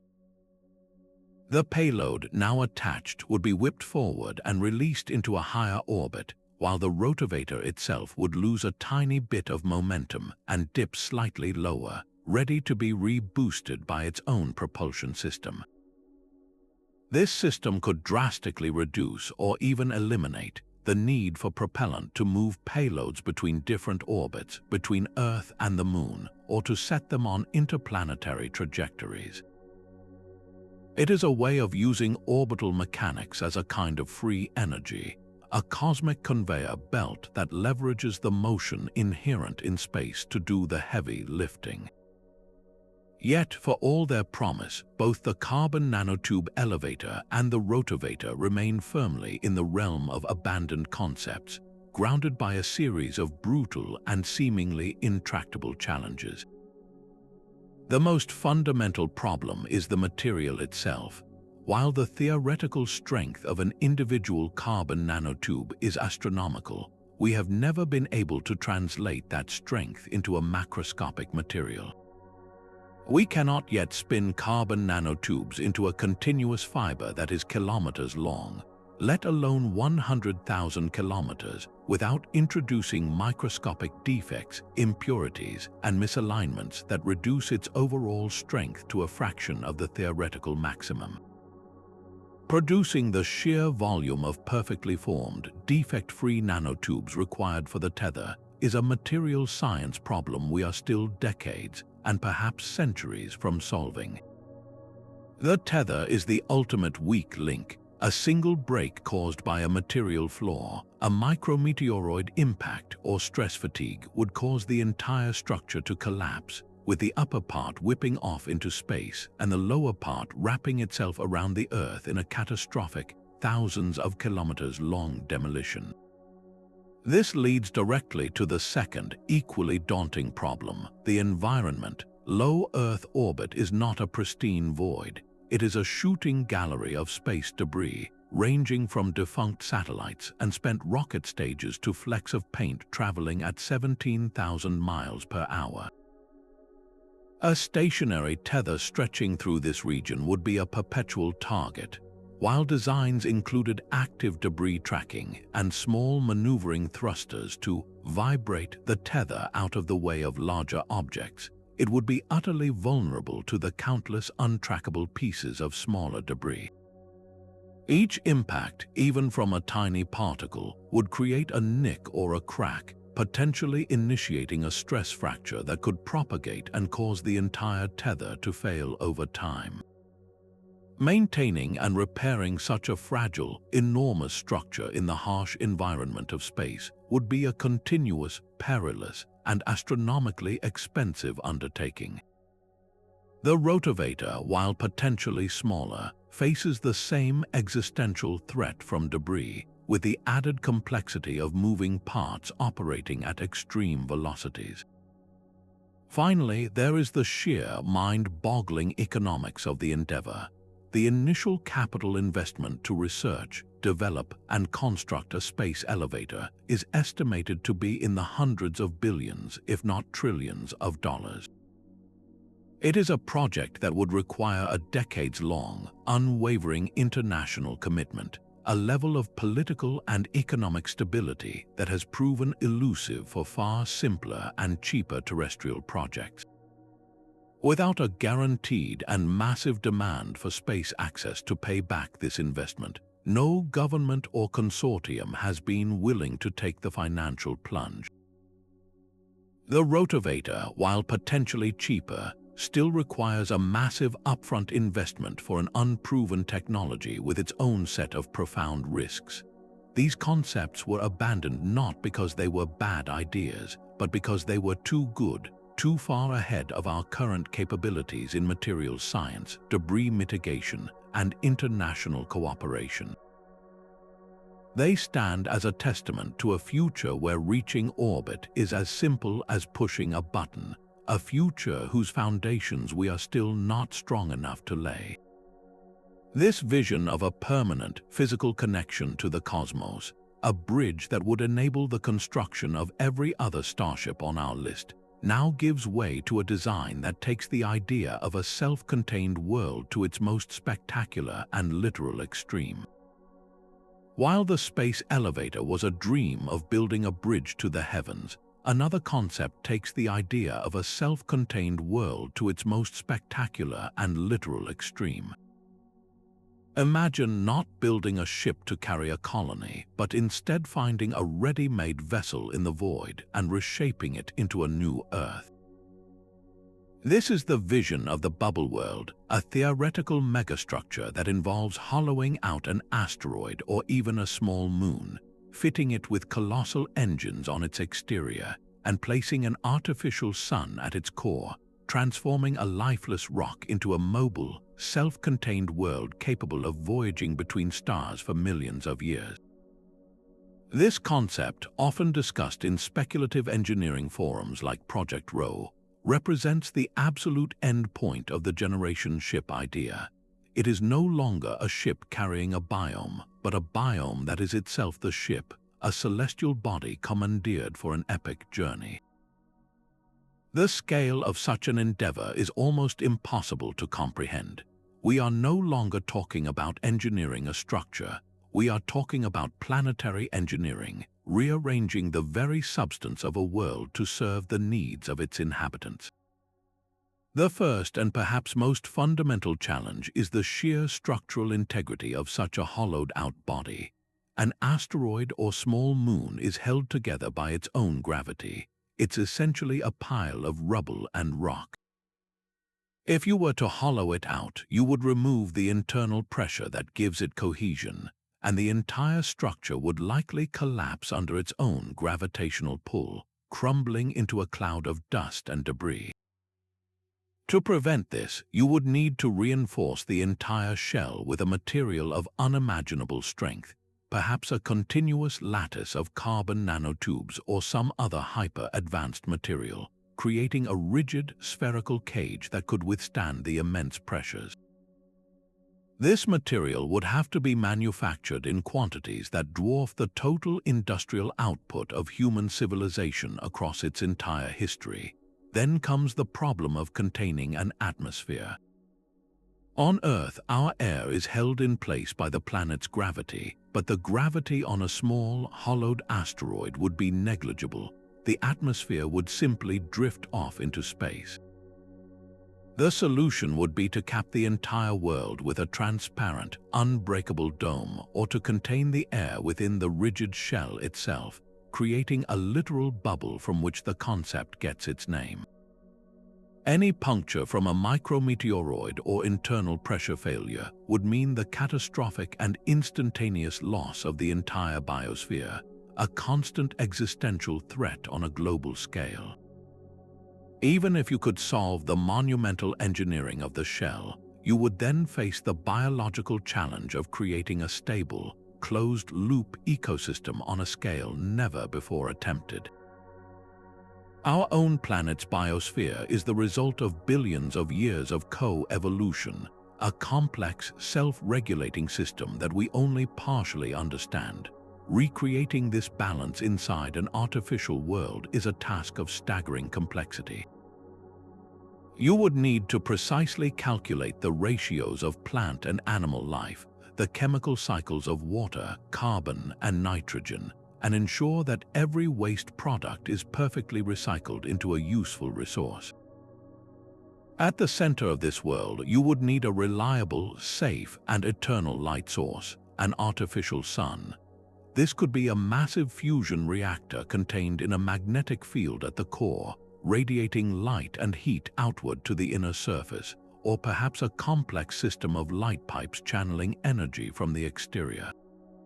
This internal sun would have to burn with perfect stability for millennia, powering the photosynthesis that drives the entire ecosystem. A single significant failure in this reactor would plunge the entire world into permanent darkness and freezing cold, extinguishing all life within. The propulsion system for such a behemoth is another exercise in the fantastical. To move a celestial body, even a small one, requires energy on a scale we can barely conceive. The mass of a modest asteroid could be trillions of tons. To accelerate this mass to even a small fraction of light speed would require engines of godlike power, likely harnessing the total energy output of a star. Some theories suggest using the star itself as a propulsion system, turning the entire bubble world into a slow-moving Asechkadov thruster, using a giant mirror to reflect the star's own radiation and create thrust. The journey times for such a vessel would be measured not in centuries but in millions of years.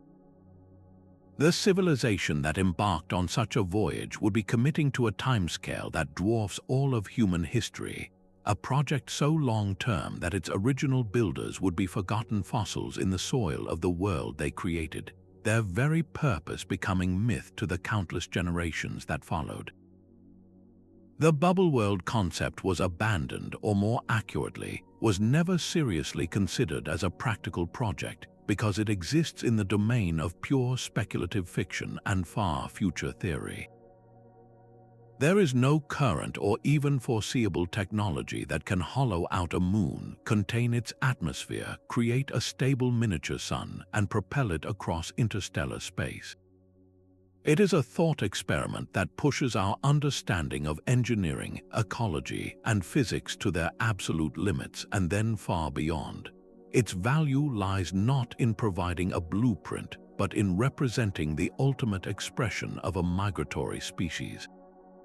It is the concept of taking your entire world with you, of refusing to choose between home and the journey. The Inz-Man Starship was a city sailing through the void. The bubble world is a planet setting out to find new neighbors among the stars.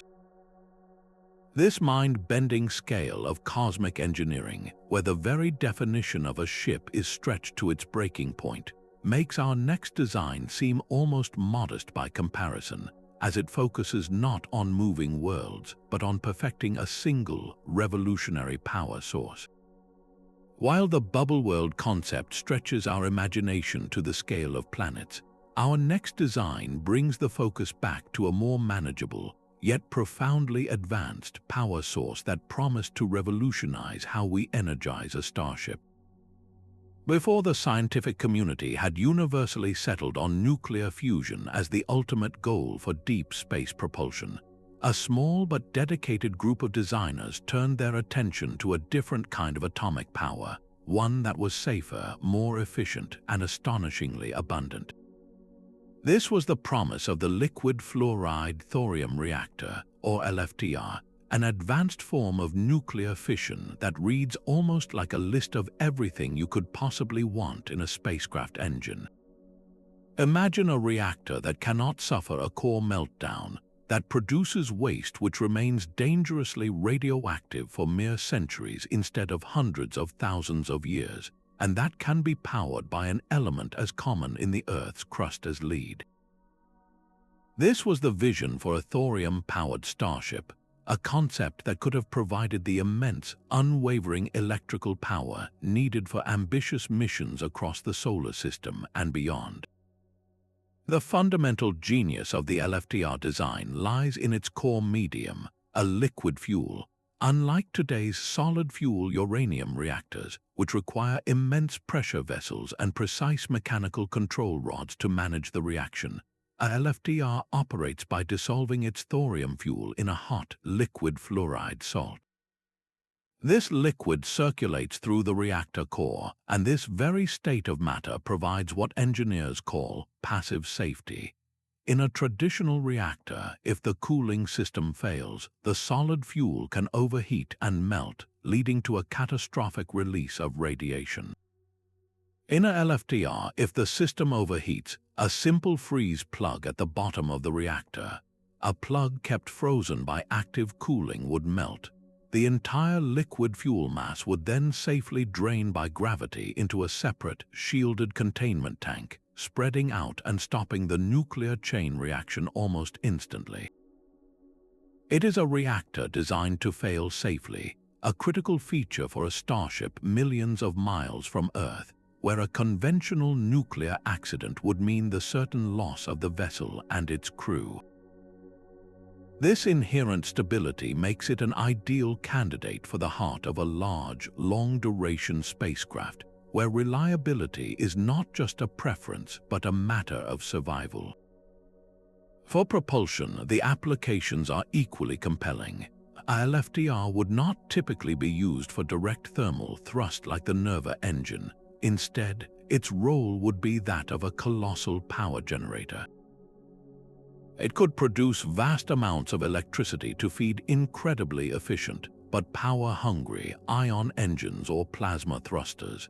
These engines work by electrically charging a propellant like xenon gas and accelerating it to tremendous speeds using magnetic fields. They provide a very gentle but continuous thrust, and over months or years, they can accelerate a spacecraft to velocities that chemical rockets could never achieve. The limiting factor has always been power. Solar panels become useless in the outer solar system, and traditional radioactive thermoelectric generators provide only a trickle of electricity. A LFTR, however, could generate megawatts of electrical power consistently for years, enabling a ship to use high-power ion drives for rapid transit to Jupiter or Saturn, or to power a robust magnetic shield to deflect deadly cosmic radiation away from the crew compartment on a voyage to Mars. It could also serve as the powerhouse for a large colony ship, providing the energy for life support, manufacturing, agriculture, and communication, essentially acting as the miniature sun for a self-contained world on the move. So, with such an impressive list of benefits, why was this technology shelved? The story of the LFTR abandonment is a classic tale of a path not taken, driven by historical momentum and formidable technical hurdles. In the mid-20th century, during the infancy of nuclear power, the world was in a hurry. The Cold War was at its peak, and the primary driver for nuclear technology was the production of plutonium for weapons. Uranium reactor technology dovetailed perfectly with this military imperative. The research, infrastructure, and political will were all overwhelmingly directed toward uranium-based systems, creating a powerful industrial and bureaucratic ecosystem that was difficult to challenge. Thorium, which cannot be easily weaponized, held little interest for the military-industrial complex. Furthermore, while the chemistry of a liquid-fueled reactor is elegant, it is also brutally difficult to manage. The hot, molten fluoride salt is highly corrosive, demanding advanced and expensive alloys for the plumbing and reactor vessels. The continuous chemical processing needed to separate useful fission products from the liquid fuel presented another layer of extreme engineering complexity that was never fully solved at a commercial scale. On Earth, the established success of uranium reactors made the massive investment required to overcome these thorium challenges seem unnecessary. This terrestrial stagnation naturally carried over into the space program. Without a proven ground-based reactor, NASA was unwilling to bet $1 billion interplanetary mission on an unproven technology. Yet, the story of the LFTR is far from over. In recent years, there has been a significant global resurgence of interest in thorium power, driven by our urgent need for carbon-free energy and a growing public aversion to the safety concerns and long-lived waste of traditional nuclear plants. Companies and research institutions around the world are now revisiting those mid-century designs with modern materials and computer modeling, working to finally tame the corrosive chemistry of molten salts. This renewed terrestrial effort could one day open the door for a dramatic revival of the LFTR Starship concept. If we can successfully build and operate these reactors on Earth, adapting them for the vacuum of space becomes a much more conceivable engineering challenge.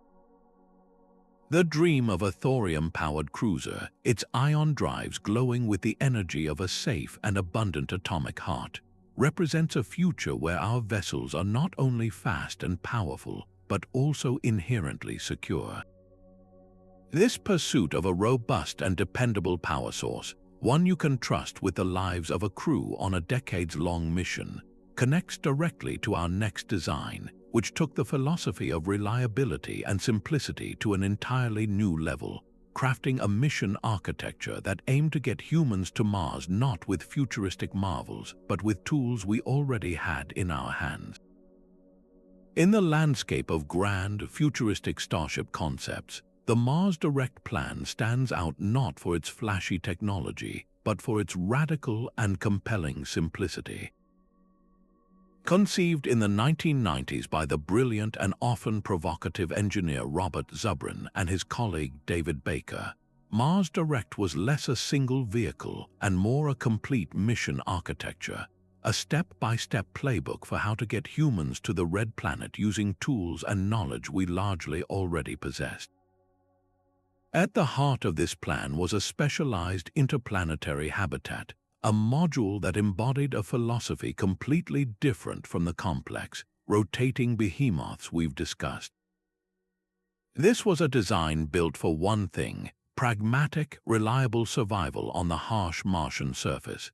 It was a testament to the idea that the key to exploring the solar system might not be waiting for a miraculous new engine, but in cleverly and ruthlessly cutting away complexity, focusing on the absolute essentials, and using the resources waiting for us at the destination. The absolute cornerstone of the Mars Direct strategy, and the feature that made its habitat so revolutionary, was a process called in situ resource utilization, or living off the land. Zubrin and Baker realized that the single greatest mass penalty for any Mars mission was the fuel needed for the return trip to Earth. Hauling all that propellant from Earth's deep gravity well, only to land it on Mars and launch it again, was a budget-busting, massively complex nightmare. Their elegant solution was to send the return fuel factory ahead of the crew. The plan called for an unmanned Earth return vehicle to launch first, landing on Mars with a small nuclear reactor, a supply of hydrogen, and a chemical processing plant tucked inside its hold. Once on the surface, this factory would get to work. It would use the reactor's power to suck in the thin Martian air, which is 95% carbon dioxide, and combine it with the imported hydrogen in a reactor. Through a well-understood chemical process called the Sabatier reaction, it would create methane and water. The methane would be liquefied and stored as the primary rocket fuel, and the water could be split through electrolysis to produce liquid oxygen, the oxidizer needed to burn that fuel. In one masterstroke, this process would manufacture every ounce of propellant needed for the launch back to Earth. When the crew arrived years later, their ride home would be fully fueled and waiting, its tanks filled with the very atmosphere of Mars itself. This wasn't just a design tweak, it was a complete paradigm shift that turned Mars from a distant destination into a potential gas station. The habitat module designed for the crew reflected this same philosophy of rugged simplicity. It wasn't a sleek, futuristic torus. It was envisioned as a simple, robust cylinder, not unlike a scaled-up version of the modules used on the International Space Station. Its strength was in its straightforwardness. It was designed to be launched on a single, heavy-lift rocket, a direct shot from Earth to Mars without complex orbital assembly or rendezvous. Once landed, it was built to serve as the crew's home for over a year, a sturdy canister protecting them from cosmic radiation, deadly solar flares, and the extreme temperature swings of the Martian environment. The interior would have been Spartan but highly functional, with every system designed for maximum reliability and ease of repair. The emphasis was on using proven, off-the-shelf technology wherever possible, minimizing the number of single-point failures that could doom a mission. This was a habitat born from an engineering culture that valued survival over luxury and resilience over novelty. It was a design that said, "We are not going to Mars to live in a palace. We are going to explore, and we need a base camp that will not let us down." For a time in the 1990s, Mars Direct captured the imagination of the aerospace community and the public. It was a bold, clear, and seemingly achievable plan at a time when NASA, a human spaceflight program, was drifting without a clear goal after the end of the Apollo era. It provided a coherent vision that was both technically credible and financially plausible, at least compared to the astronomically expensive alternatives. Its influence has been profound and enduring. The core concept of making propellant on Mars from the local atmosphere is now a central pillar of nearly every serious plan for a crewed Martian mission, including the architectures pursued by private companies like SpaceX. The idea of sending cargo ahead of the crew has also become standard planning procedure. In many ways, Mars Direct won the war of ideas, proving that the most elegant solution is often the one that does more with less. Yet, despite its compelling logic and lasting influence, the specific, integrated Mars Direct architecture was ultimately passed over by NASA. Why was such an elegant and pragmatic plan abandoned? The reasons are a complex mix of politics, institutional inertia, and a different philosophy of exploration. As NASA began to formalize its own plans for a return to the Moon and onward to Mars, it gravitated toward more complex and arguably more risky orbital assembly missions. Programs like Constellation and the current Artemis program favor a step-by-step approach that involves building a space station in lunar orbit, known as the Gateway, as a staging point. This method requires multiple launches and complex rendezvous operations before a ship ever sets out for Mars. Proponents argue it builds a sustainable infrastructure, but critics, Zubrin foremost among them, see it as an unnecessary detour that adds cost, complexity, and points of failure. The bureaucratic reality is that large space agencies often favor programs that sustain multiple centers and contractors over long periods, and the straightforward, go-direct approach of Zubrin's plan didn't create the same kind of sprawling, long-term ecosystem. The habitat was abandoned not because it was a bad design, but because it was part of a mission architecture that was too simple, too direct, and not politically complex enough to survive the budgeting process in Washington. Mars Direct and its humble, robust habitat serve as a powerful and enduring reminder that in the high-stakes game of space exploration, the most technologically elegant solution is not always the one that gets built. Sometimes the chosen path is shaped as much by political currents, institutional preferences, and the distribution of contracts as it is by the pure logic of engineering. It stands as a monument to pragmatic design, a vision of space exploration that is within our grasp, a ghost of a simpler, more direct future we could have chosen. This philosophy of achieving great things through simplicity and clever resourcefulness provides a striking contrast to our next concept, which emerged from the shadowy world of Cold War military projects and was defined by its breathtaking complexity and audacious ambition. From the pragmatic, earth-bound plans of Mars Direct, we now pivot back to the high-stakes atmosphere of the Cold War, where the line between aircraft and spacecraft was about to be erased. The X-20 Dyna-Soar was not merely a concept, it was a full-scale development program aimed at creating the world's first true military space plane. Its sleek, delta-winged design looked like something pulled from the cover of a pulp science fiction magazine, a sharp-edged dart with a single pilot cocooned in a cockpit at its nose. The vision for its mission profile was breathtakingly ambitious. It was designed to be launched vertically into space atop a Titan intercontinental ballistic missile, but unlike a capsule that simply falls back to Earth, the Dyna-Soar would then use its wings to fly.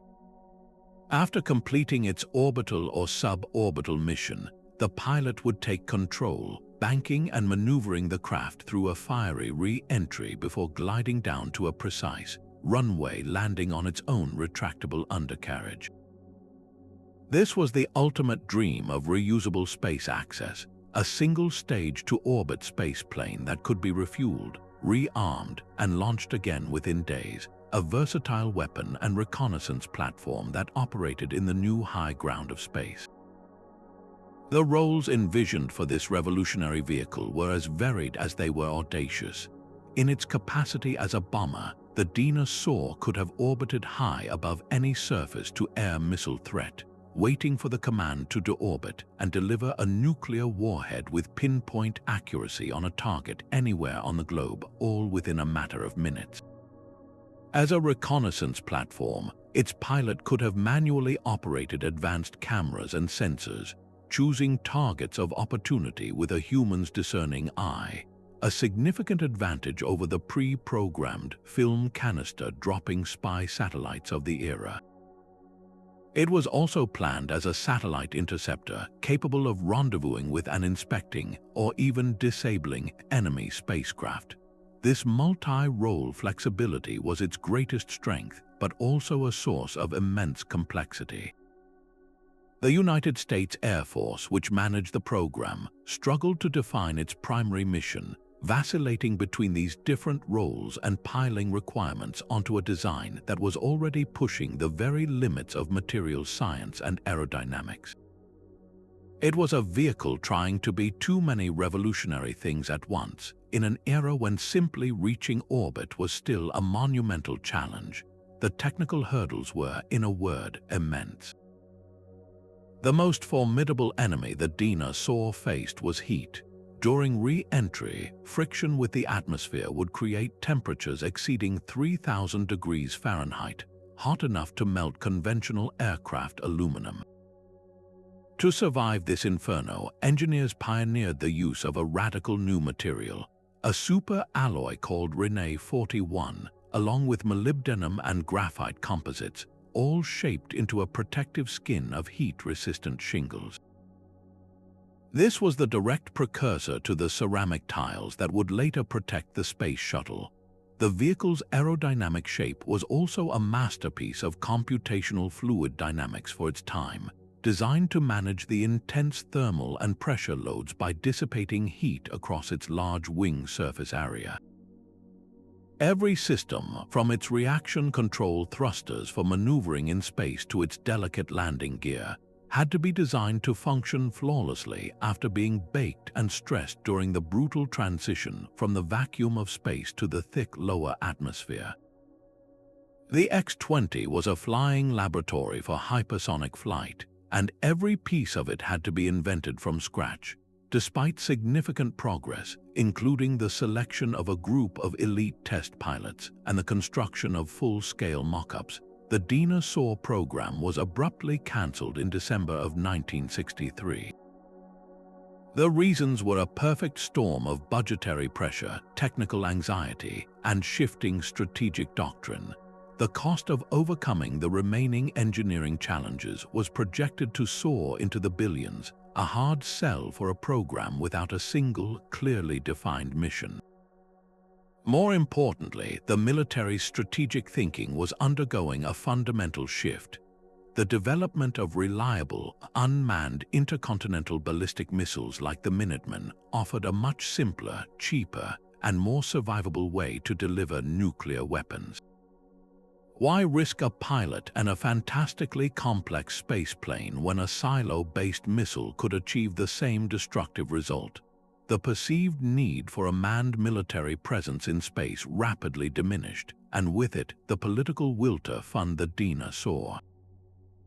It was a classic case of a technology being leapfrogged by a simpler, more brutal alternative. The legacy of the X-20, however, is far from tragic.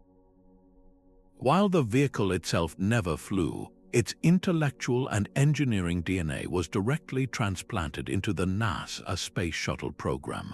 The data on heat-resistant materials, the understanding of hypersonic aerodynamics, and the very concept of a reusable, winged spacecraft gliding back to a runway landing were all direct inheritances from the Air Force's abandoned project. The engineers and scientists who worked on Dyna-Soar took their hard-won knowledge and applied it to the next generation of space vehicles. The Dyna-Soar proved that the dream of a spaceplane was not just fantasy, but a formidable engineering challenge that could be incrementally solved. It stands as a powerful testament to a different path the military space race could have taken, one dominated by pilots in cockpits instead of automated warheads in silos, a ghost of a future where the first reusable spacecraft wore a military insignia. This blurring of the line between a warplane and a spaceship finds a curious parallel in our next concept, which took the proven capsule of the Gemini program and gave it a classified military mission deep in the shadows of the Cold War. But while the Dyna-Soar was a sleek spaceplane designed to dance between atmosphere and void, the next major military venture took a more utilitarian, almost brutalist approach, focusing not on flight but on a fixed position high above the Earth. The Manned Orbiting Laboratory, or MOL, was one of the most secretive and intriguing projects of the Cold War, a bold attempt to place a human eye in the sky. Authorized in the mid-1960s, its premise was straightforward yet ambitious.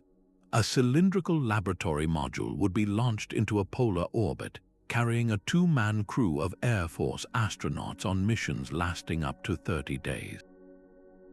Their primary objective was singular and clear-cut: to conduct detailed, real-time reconnaissance of Soviet military installations using a massive, powerful telescope and advanced cameras known collectively as the Orion system.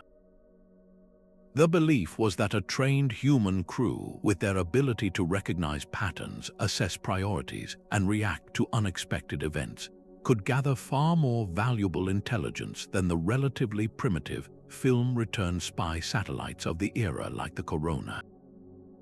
A pilot and a reconnaissance officer, peering through a high-powered periscope-like viewfinder, could theoretically spot new missile silos, analyze naval movements, and provide a nuanced understanding of Soviet capabilities that a robotic camera simply could not. The spacecraft tasked with delivering this crew to their orbital watchtower was itself a marvel of pragmatic engineering, a vehicle known as Blue Gemini. This was not a new spacecraft from the ground up, but a heavily modified version of NAS, a highly successful two-person Gemini capsule. The Gemini program had proven the essential techniques for spaceflight rendezvous, docking, and long-duration missions, and the Air Force saw a perfect opportunity to capitalize on that proven hardware. The blue in its name signified its allegiance to the U.S. Air Force, and the modifications were extensive. The most significant change was the removal of the Gemini's forward rendezvous and recovery section. In its place was a massive, pressurized hatch that would connect it directly to the MOL laboratory module. Once in orbit, the astronauts would open this hatch, float through a short tunnel, and enter their new workplace, leaving the Gemini capsule as their dedicated lifeboat and return vehicle.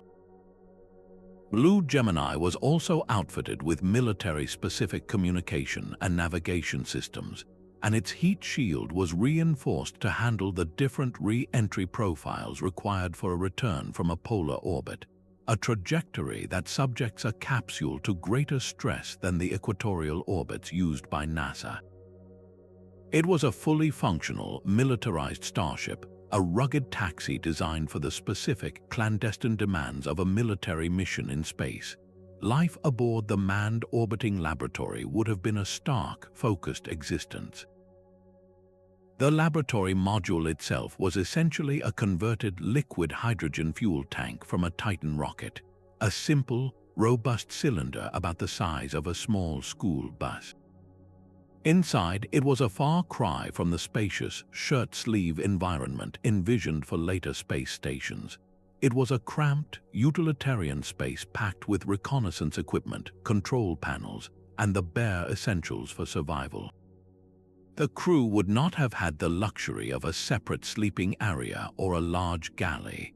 Their world would have been dominated by the colossal Orion telescope system, an instrument so large it took up a significant portion of the module's interior. The psychological pressure would have been immense. For 30 days, these two men would have been completely isolated, performing a highly classified mission with global security implications, all while knowing they were orbiting over potentially hostile territory. Every pass over the Soviet Union would have been a high-stakes event, a frantic period of data collection and analysis, followed by the tense waiting for the next orbit. It was a mission that demanded not just technical skill, but immense mental fortitude and discretion. The ultimate cancellation of the manned orbiting laboratory in June of 1969, after years of development and the selection of a dedicated corps of MOL astronauts, was the result of a convergence of technological and political factors. The most decisive element was the rapid, stunning improvement in unmanned spy satellite technology. While the MOL was still in development, the CIA's Gambit satellite program was achieving phenomenal success. These robotic spies were capturing incredibly high-resolution photographs on film that was then ejected in capsules and recovered mid-air by aircraft. The risk, cost, and complexity of keeping humans in orbit for a month began to look increasingly unnecessary when a robot could do a comparable job without risking lives and for a fraction of the price. Furthermore, the political landscape was shifting. The intense fervor of the early space race was cooling, and the immense financial cost of the Vietnam War was putting pressure on the defense budget.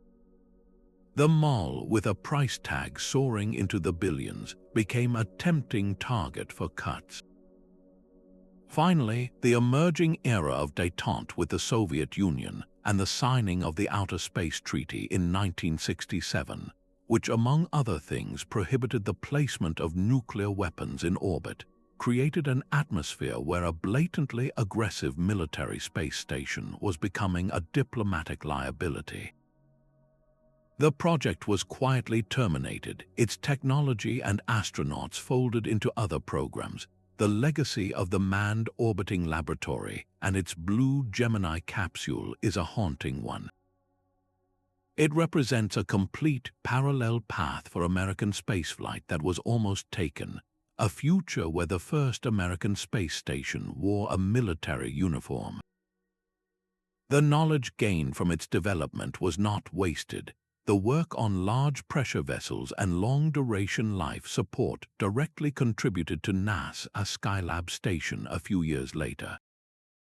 The core of MOL astronauts, including the future astronaut and U.S. Senator Jake Garn, went on to distinguished careers at NASA. The Blue Gemini capsule itself, a fully space-worthy vehicle that never got to fly, remains a ghost of the early space age, a tangible reminder of a secret war that was planned for the high frontier but never fought.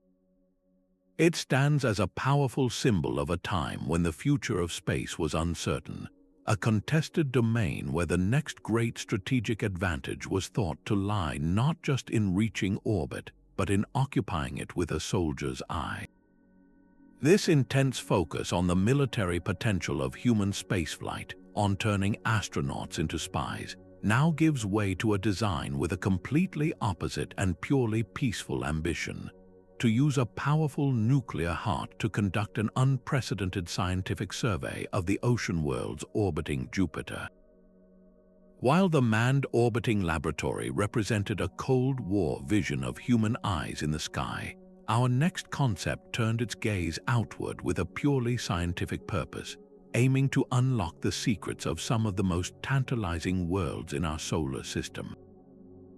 Imagine a spacecraft unlike any probe before it, a silent, powerful sentinel powered not by the faint sunlight at Jupiter's distance, but by the steady, potent heartbeat of a nuclear fission reactor. This was the Jupiter Icy Moons Orbiter, or JIMO, the flagship mission of NASA's ambitious Prometheus project in the early 2000s. JIMO was designed to be a paradigm shift in robotic exploration, a vessel that would not just fly past the moons of Jupiter, but would move among them as a permanent resident, conducting an unprecedented, in-depth survey of Europa, Ganymede, and Callisto. Its mission was to answer one of the most profound questions we can ask: could life exist in the vast, subsurface oceans hidden beneath their frozen crusts? The key to this revolutionary capability was a powerful marriage of two advanced technologies. At its core was a small, space-rated nuclear fission reactor, a leap beyond the simple radioisotope thermoelectric generators that had powered outer planet missions like Cassini. This reactor would not be used for thermal propulsion like the old Nerva designs. Instead, its purpose was to generate a continuous and massive supply of electricity. We are talking about hundreds of kilowatts of power, a staggering amount when compared to the few hundred watts that solar panels can provide in the dim sunlight of the outer solar system. This immense electrical output would feed JIMO's second revolutionary system, a powerful and highly efficient ion propulsion engine. Ion engines work by electrically charging a propellant, typically xenon gas, and then accelerating the ions out of the engine using powerful magnetic fields. This creates a thrust that is incredibly gentle, far weaker than the push from a chemical rocket, but it can be sustained for months or even years on end. With this combination, JIMO would have been the tugboat of the Jovian system. It could have slowly and carefully maneuvered itself into orbit around Europa, spent months mapping its icy surface and probing its hidden ocean with powerful radar, then fired its ion engines for weeks to leave Europa's orbit and travel to Ganymede to repeat the process, and then on to Callisto. This multi-orbit capability was something no previous mission could even attempt. It was the difference between a brief tourist's bus ride past a city and moving in to live in the neighborhood for a year. The scientific payload this nuclear-powered platform could carry was the stuff of planetary scientists' dreams. The abundance of electricity would have enabled instruments of a scale and sensitivity previously impossible for an outer planet's mission. It could have powered a powerful ice-penetrating radar system capable of mapping the depth and structure of the icy shells on Europa and Ganymede, perhaps even identifying lakes or channels closer to the surface. A sophisticated laser altimeter could have measured the tiny flexing of the Moon's surfaces in response to Jupiter's gravity, providing direct evidence of the size and nature of their subsurface oceans.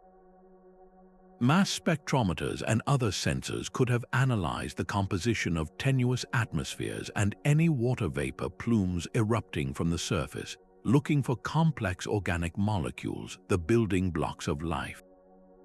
JIMO was not just a camera on a stick. It was a full-scale, mobile laboratory designed to conduct a comprehensive biological reconnaissance of 3 alien worlds, assessing their potential habitability in a way that no single-purpose probe ever could. Yet, for all its breathtaking potential, the Jupiter Icy Moon's orbiter was cancelled in 2005, a mere 2 years after the Prometheus project was officially initiated. The reasons were a sobering lesson in the realities of ambitious engineering. The technical complexity of the mission was staggering. Building a safe, reliable, and compact nuclear reactor for space was a challenge in itself, requiring new materials and rigorous safety protocols to ensure it would not pose a contamination risk, especially during launch. The power management and thermal control systems needed to handle hundreds of kilowatts in the vacuum of space were without precedent. Furthermore, the ion propulsion system, while proven on smaller scales by missions like Deep Space One, had never been scaled up to the level of power and thrust required for JIMO's ambitious orbital ballet. As engineers delved deeper into the design, the estimated costs began to balloon, eventually soaring well past $2 billion. In a political and budgetary environment that was already straining under the costs of the Space Shuttle program, the International Space Station, and the new vision for space exploration which prioritized a return to the Moon, JIMO was seen as too expensive, too risky, and too far in the future. It was a classic case of a project whose reach exceeded its near-term grasp. The cancellation of JIMO sent a shockwave through the planetary science community and marked a major, though hopefully temporary, setback for the development of nuclear power and high-power electric propulsion for deep space missions. The Prometheus project was effectively shuttered, and the grand vision of a nuclear-powered armada exploring the outer planets was put on indefinite hold. In the years since, missions to these ocean worlds have proceeded, but on a much more modest scale. The European Space Agency's JUICE mission and NASA Europa Clipper are magnificent endeavors, but they rely on solar power and conventional chemical propulsion, limiting their orbital flexibility and the sheer power available to their instruments. They will provide incredible insights, but they will not be the all-powerful orbital laboratories that JIMO promised to be. The dream, however, has not died. The technical studies and research conducted for JIMO remain a valuable resource, a blueprint for what will one day be needed when we are truly ready to answer the question of life on other worlds. The ghost of JIMO serves as a reminder that the most profound discoveries often require the most powerful tools, and that sometimes we must build the bridge before we can cross the river.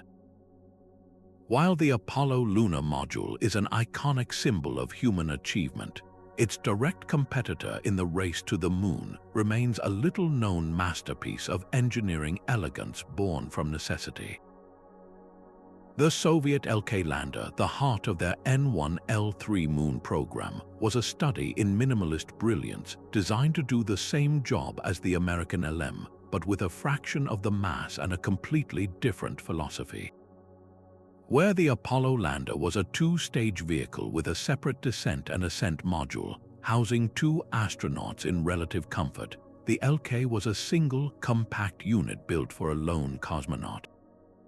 This radical weight-saving measure was not a choice, but a direct consequence of the limitations of its intended launch vehicle. The colossal N1 rocket, the Soviet answer to the Saturn V, was marginally less powerful, which meant every kilogram counted. The LK's designers responded with an astonishingly efficient solution, a single engine that would perform the dual role of slowing the craft for a gentle lunar descent and then, after the crew cabin and landing legs were jettisoned, propelling the tiny ascent stage back into orbit. This eliminated the need for a separate ascent engine and its associated fuel tanks, plumbing, and ignition systems, resulting in a lander that was significantly lighter and mechanically simpler than its American counterpart. It was a high-stakes gamble on reliability through simplicity, a stark contrast to the Apollo approach of redundancy and layered systems. The interior of the LK was a testament to this Spartan philosophy.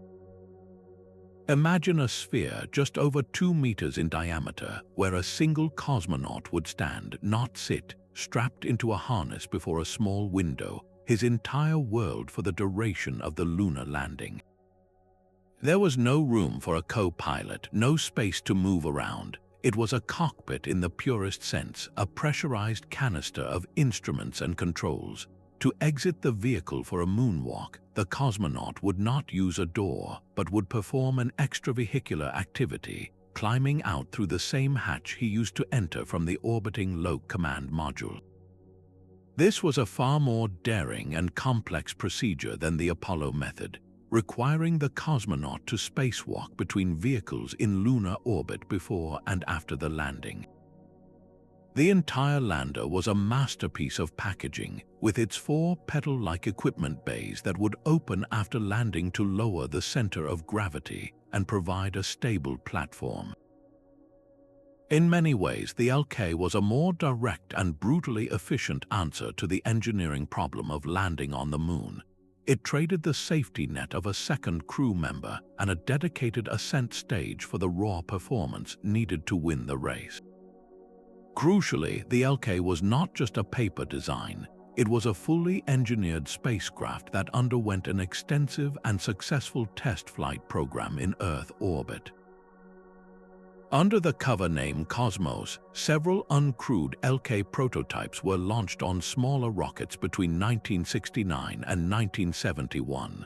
These missions, Cosmos 379, 398, 434, and others, demonstrated the complete landing profile in a simulated environment. The test vehicles performed engine burns, practiced hover maneuvers, and validated the critical staging and separation sequences, proving that the lander itself was a sound and functional machine. These successful orbital tests add a profound layer of tragedy to the story of the Soviet lunar program. They proved that the lander worked. The failure was not in the delicate machine designed to touch the lunar soil, but in the gargantuan, earth-shaking beast tasked with carrying it there. That beast was the N-1 rocket, a titan whose story is one of the most epic failures in the history of rocketry. Standing nearly as tall as the Saturn V, but with a first stage of breathtaking complexity, the N-1 was powered by 30 NK-15 engines.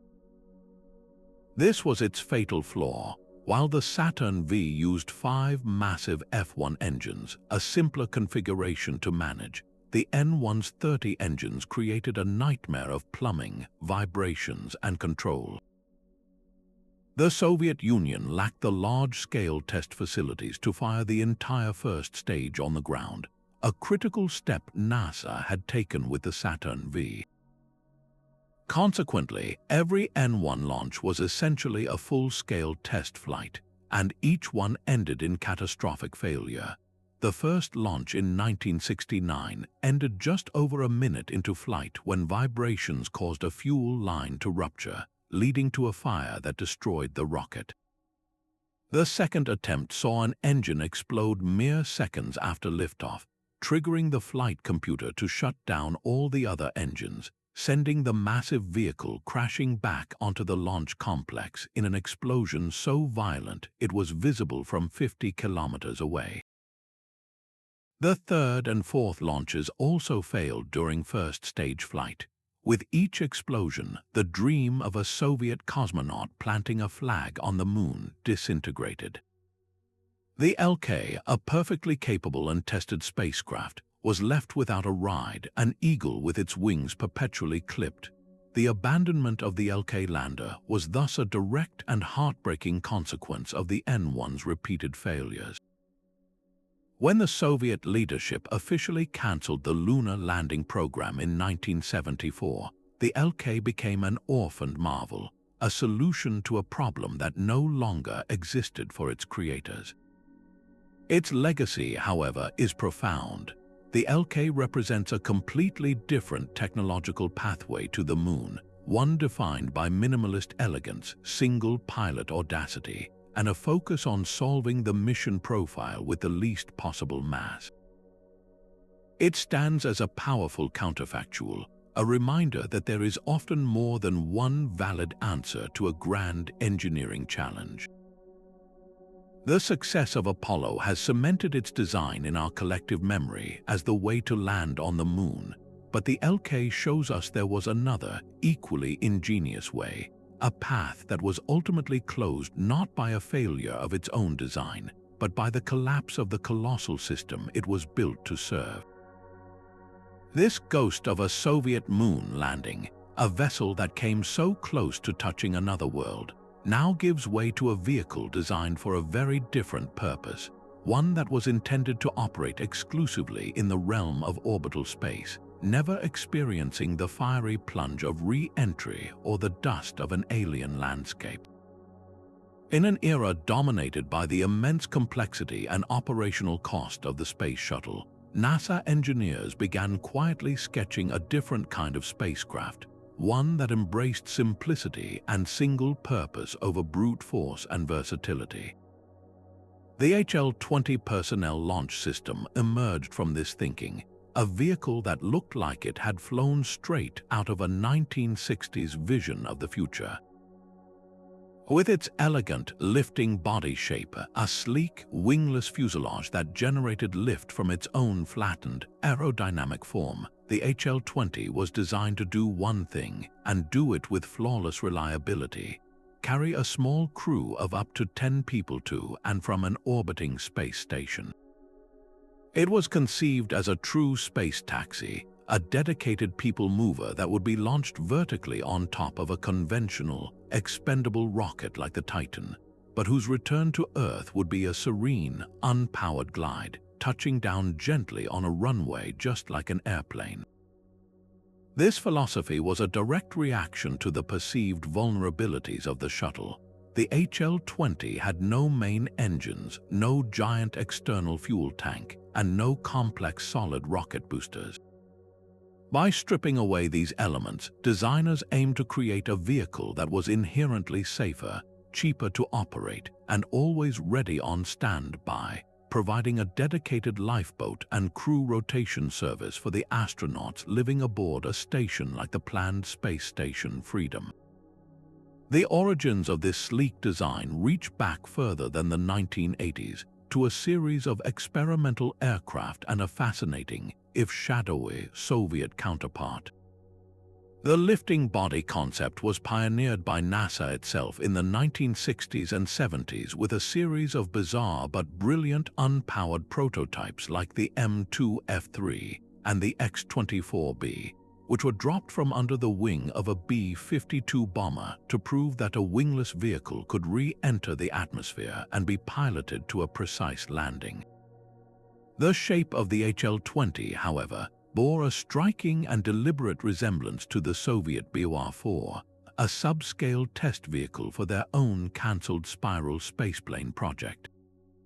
American intelligence had recovered a BOR-4 model from the Indian Ocean after a test flight, and its aerodynamic data was so promising that NASA engineers essentially reverse-engineered its form, recognizing it as a highly efficient solution for a compact, reusable spaceplane. This Cold War technological borrowing resulted in a design with a flat bottom and a rounded, blunt nose, a shape naturally stable during the fiery heat of re-entry, capable of dissipating thermal loads without the need for the shuttle's incredibly fragile and labor-intensive ceramic tiles. Its landing gear was simple and robust, and its interior was laid out for function, with crew seated in a practical, upright position for launch and re-entry, a stark contrast to the shuttle's sprawling, multi-deck cockpit. The primary mission for the HL-20 was crystal clear: to provide a much safer and more reliable link to America's future space station. The Space Shuttle, for all its capabilities, was a vehicle of compromises. It was a cargo truck, a science lab, and a crew carrier all in one, and its complexity made it inherently risky and staggeringly expensive to operate. After the Challenger disaster in 1986, the vulnerability of having only one crew launch system became painfully apparent. The HL-20 was envisioned as the solution. It could serve as an emergency crew return vehicle, a permanent lifeboat docked to the station, ensuring astronauts always had a way home in a medical or station emergency.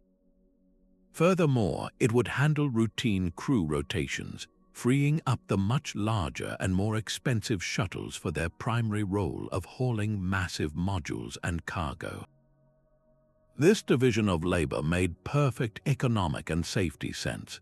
By having a small, dedicated taxi, NASA could potentially slash the cost of each crew launch, increase flight frequency, and create a more resilient and flexible human spaceflight infrastructure. It was the logical next step toward making space stations truly operational, turning them from experimental outposts into permanent workplaces with routine transportation. Despite its compelling logic and successful years of wind tunnel testing and full-scale mock-up evaluations, the HL-20 was never given the green light for full development. The end of the Cold War in the early 90s triggered a dramatic re-evaluation of national priorities and a significant contraction in NASA budget. The vision of a massive space station freedom was scaled back drastically into what would eventually become the International Space Station, a project that was already struggling to survive in Congress. In this new fiscal reality, the HL-20 was seen as a redundant expense. The political and institutional momentum was fully behind the Space Shuttle program, which was sold as an all-in-one solution, and there was no appetite to fund a parallel crew transportation system. The shuttle was intended to fulfill all roles, and the idea of a complementary vehicle was abandoned. The HL-20 became a casualty of budgetary pragmatism and a lack of a clearly defined, urgent mission in the post-Cold War landscape, a ghost of a simpler, more specialized approach to space access. The legacy of the HL-20, however, is far more significant than its own brief history would suggest. Its design DNA did not fade away in a forgotten archive.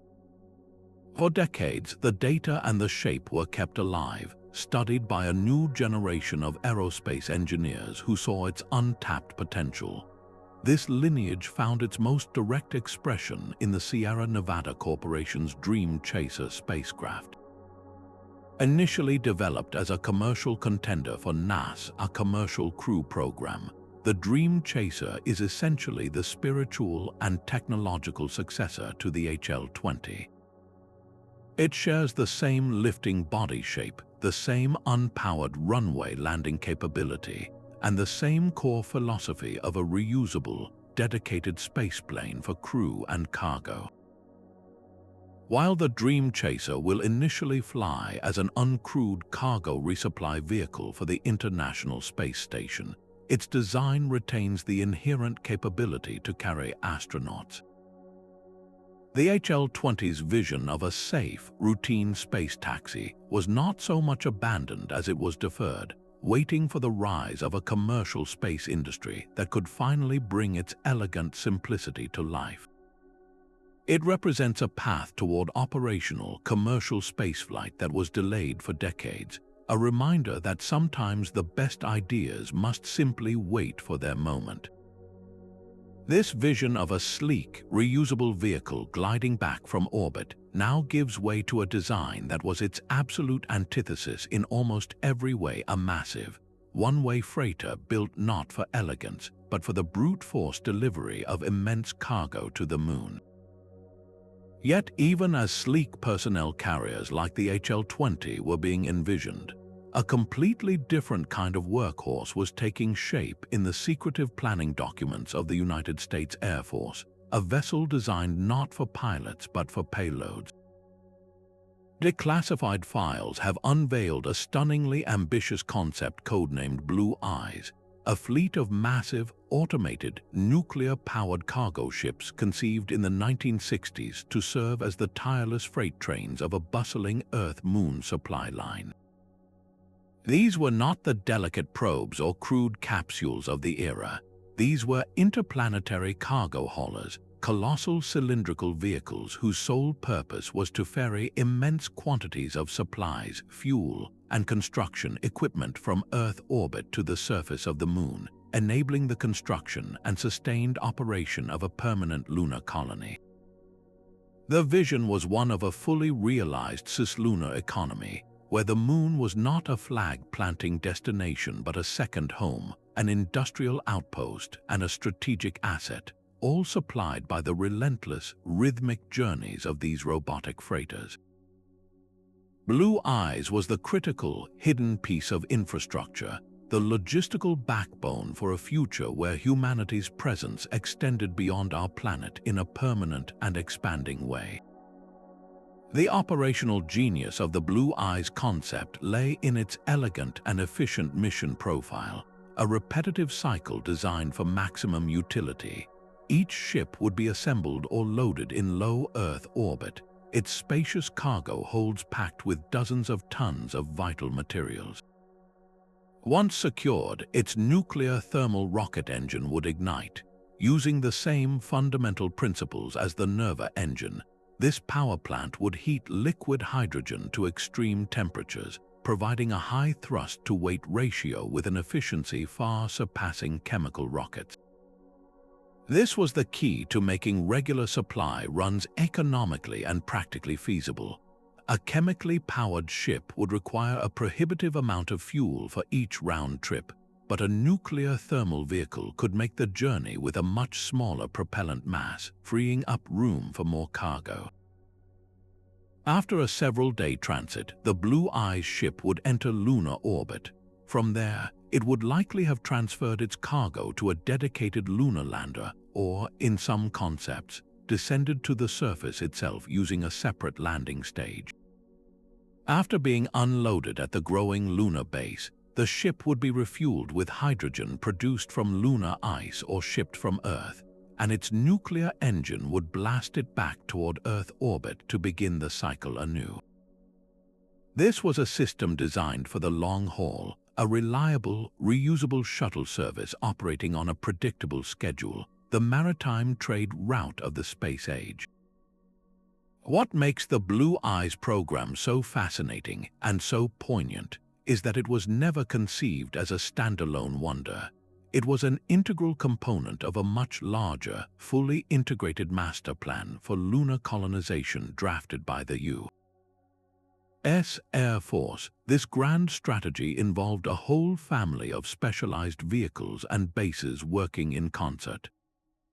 There would have been the massive lunar landing research vehicles for touching down on the surface, permanent underground habitats to shield inhabitants from radiation and micrometeoroids, and of course, the Blue Eyes fleet as the indispensable supply line connecting this new frontier to the industrial base of Earth.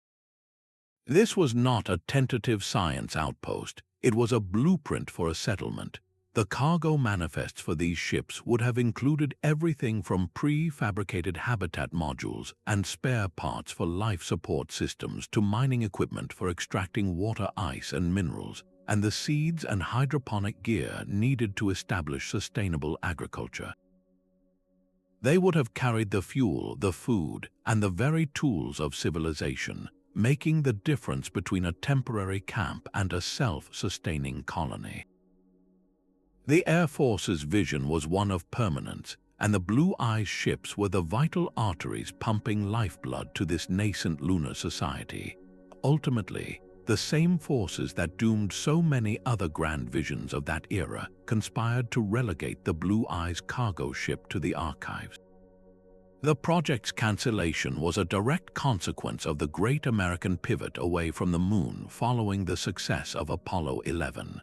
With the political objective of beating the Soviets achieved, the immense public and governmental will to fund the next, even more expensive phase of lunar development simply evaporated. The national focus shifted to low Earth orbit and the development of the space shuttle, a vehicle with a very different and far more limited operational scope. The development costs for the Blue Eye system would have been astronomical, encompassing not only the nuclear rockets themselves, which faced their own political and public relations challenges, but also the construction of the extensive orbital infrastructure needed to support the fleet. The vision required a long-term commitment of resources and political capital that the nation was no longer willing to provide. The dream of a permanent, supplied lunar base faded, and with it the need for its robotic cargo ferries. The Blue Eye ships became ghosts of a future that was meticulously planned but never funded, a testament to a path where the moon became not just a destination, but a destination with a constant, scheduled delivery service. This meticulously planned vision of an industrialized Earth-Moon system, with its regular traffic of cargo haulers, naturally expands our gaze outward, beyond the gravitational confines of our own planetary neighborhood, to a final concept that sought to turn our entire solar system into a tool for seeing the universe. Our final abandoned design pushes the very definition of a starship, transforming it from a vessel that travels to a destination into a platform that becomes part of the largest telescope imaginable. This is the Andrometer probe concept, a mission that wouldn't use a conventional lens or mirror, but would instead harness the gravity of our own sun as a colossal magnifying glass. The principle relies on one of Einstein's most profound predictions from his theory of general relativity, that massive objects like stars warp the fabric of spacetime, bending the path of light that passes near them.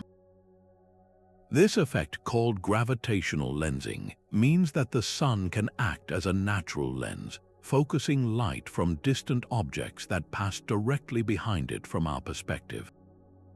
There is a specific, perfect point in space where this focused light comes to a sharp point, a place called the gravitational focus. For our sun, this point is almost incomprehensibly far away, 550 astronomical units. To grasp that distance, consider that 1 astronomical unit is the average distance from the Earth to the Sun. The Voyager 1 probe, launched in 1977, has traveled farther than any other human-made object, and it has only reached about 160 astronomical units in over 45 years. The Andromeda probe would need to journey more than 3 times that distance, placing it firmly in the pristine, undisturbed darkness of the interstellar medium. The scientific payoff for such an epic journey would be nothing short of revolutionary. Once positioned with exquisite precision at the Sun's gravitational focus, the probe could theoretically capture images of exoplanets with a clarity that dwarfs anything possible with conventional telescopes. Imagine not just detecting a faint dot of light from a world orbiting another star, but resolving that dot into an actual picture. You could see continents and oceans on an Earth-like planet, track cloud formations in its atmosphere, and directly observe seasonal changes on its surface. It would be the ultimate astronomical observatory, capable of performing spectroscopy on the atmospheres of these distant worlds, searching for the telltale biosignatures of gases like oxygen and methane that would strongly suggest the presence of life. This one instrument could, in a single mission, answer the ancient question of whether we are alone in the universe by giving us a direct, detailed view of our cosmic neighbors. The entire solar system would become its instrument, with the Sun's immense gravitational field serving as the primary optic, a lens over 1.4 million kilometers in diameter. To reach this distant vantage point, the probe itself would need to be a marvel of endurance and propulsion. The mission duration was estimated at over 50 years just to reach the 550 astronomical unit mark, a time span that demands a propulsion system with incredible longevity and efficiency. The design called for advanced ion thrusters, similar to those used on deep space missions like Dawn, but scaled up and perfected. These engines work by electrically charging a propellant like xenon gas and accelerating it to tremendous speeds using magnetic fields. They provide only a whisper of thrust, but they can fire continuously for years, even decades, slowly building up incredible velocity while using very little fuel. The probe would also require a sophisticated autonomous navigation system, capable of making minute course corrections over the decades-long cruise without waiting for instructions from Earth, where a round-trip communication delay would eventually stretch to over a week. Its power source would likely be a next-generation radioisotope thermoelectric generator, providing unwavering electricity for its systems and instruments far beyond the reach where solar power becomes useless. This was not a ship for a quick mission. It was a robotic ambassador to the edge of our Sun's influence, a patient sentinel on a multi-generational quest for knowledge. Yet for all its breathtaking potential, the Andromeda probe concept was ultimately shelved, a victim of its own extreme ambition. The challenges were multifaceted and profound. The sheer mission duration of over half a century presented a fundamental programmatic problem. The scientists and engineers who designed and launched the probe would be long retired or even deceased before it ever reached its destination and began its primary science mission. Maintaining institutional knowledge, funding, and political support for a project that would not yield results for 5 decades is a nearly insurmountable hurdle in our short-term political and budgetary cycles. Then there was the problem of station keeping. Positioning the probe exactly at the gravitational focus is not like parking a car. It's more like balancing a needle on its point in a hurricane. The probe would need to maintain its position within a zone perhaps just a kilometer across, while dealing with the subtle but constant gravitational tugs from other planets and the pressure of the solar wind. Any drift would blur the image and ruin the experiment, requiring a constant expenditure of precious propellant for minute adjustments over its entire operational lifetime. Furthermore, while the Andromeda probe was being studied, alternative technologies were advancing at a staggering pace. The concept was primarily explored by NASA Institute for Advanced Concepts, an organization dedicated to funding revolutionary ideas, but its development timeline coincided with the rise of a new generation of space telescopes. The James Webb Space Telescope, though itself plagued by delays, promised to revolutionize infrared astronomy and the study of exoplanet atmospheres from a location much closer to home. The development of extremely large ground-based telescopes with adaptive optics and concepts for massive space-based interferometers that could combine the light from multiple telescopes to achieve high resolution offered other pathways to studying exoplanets without requiring a 50-year journey.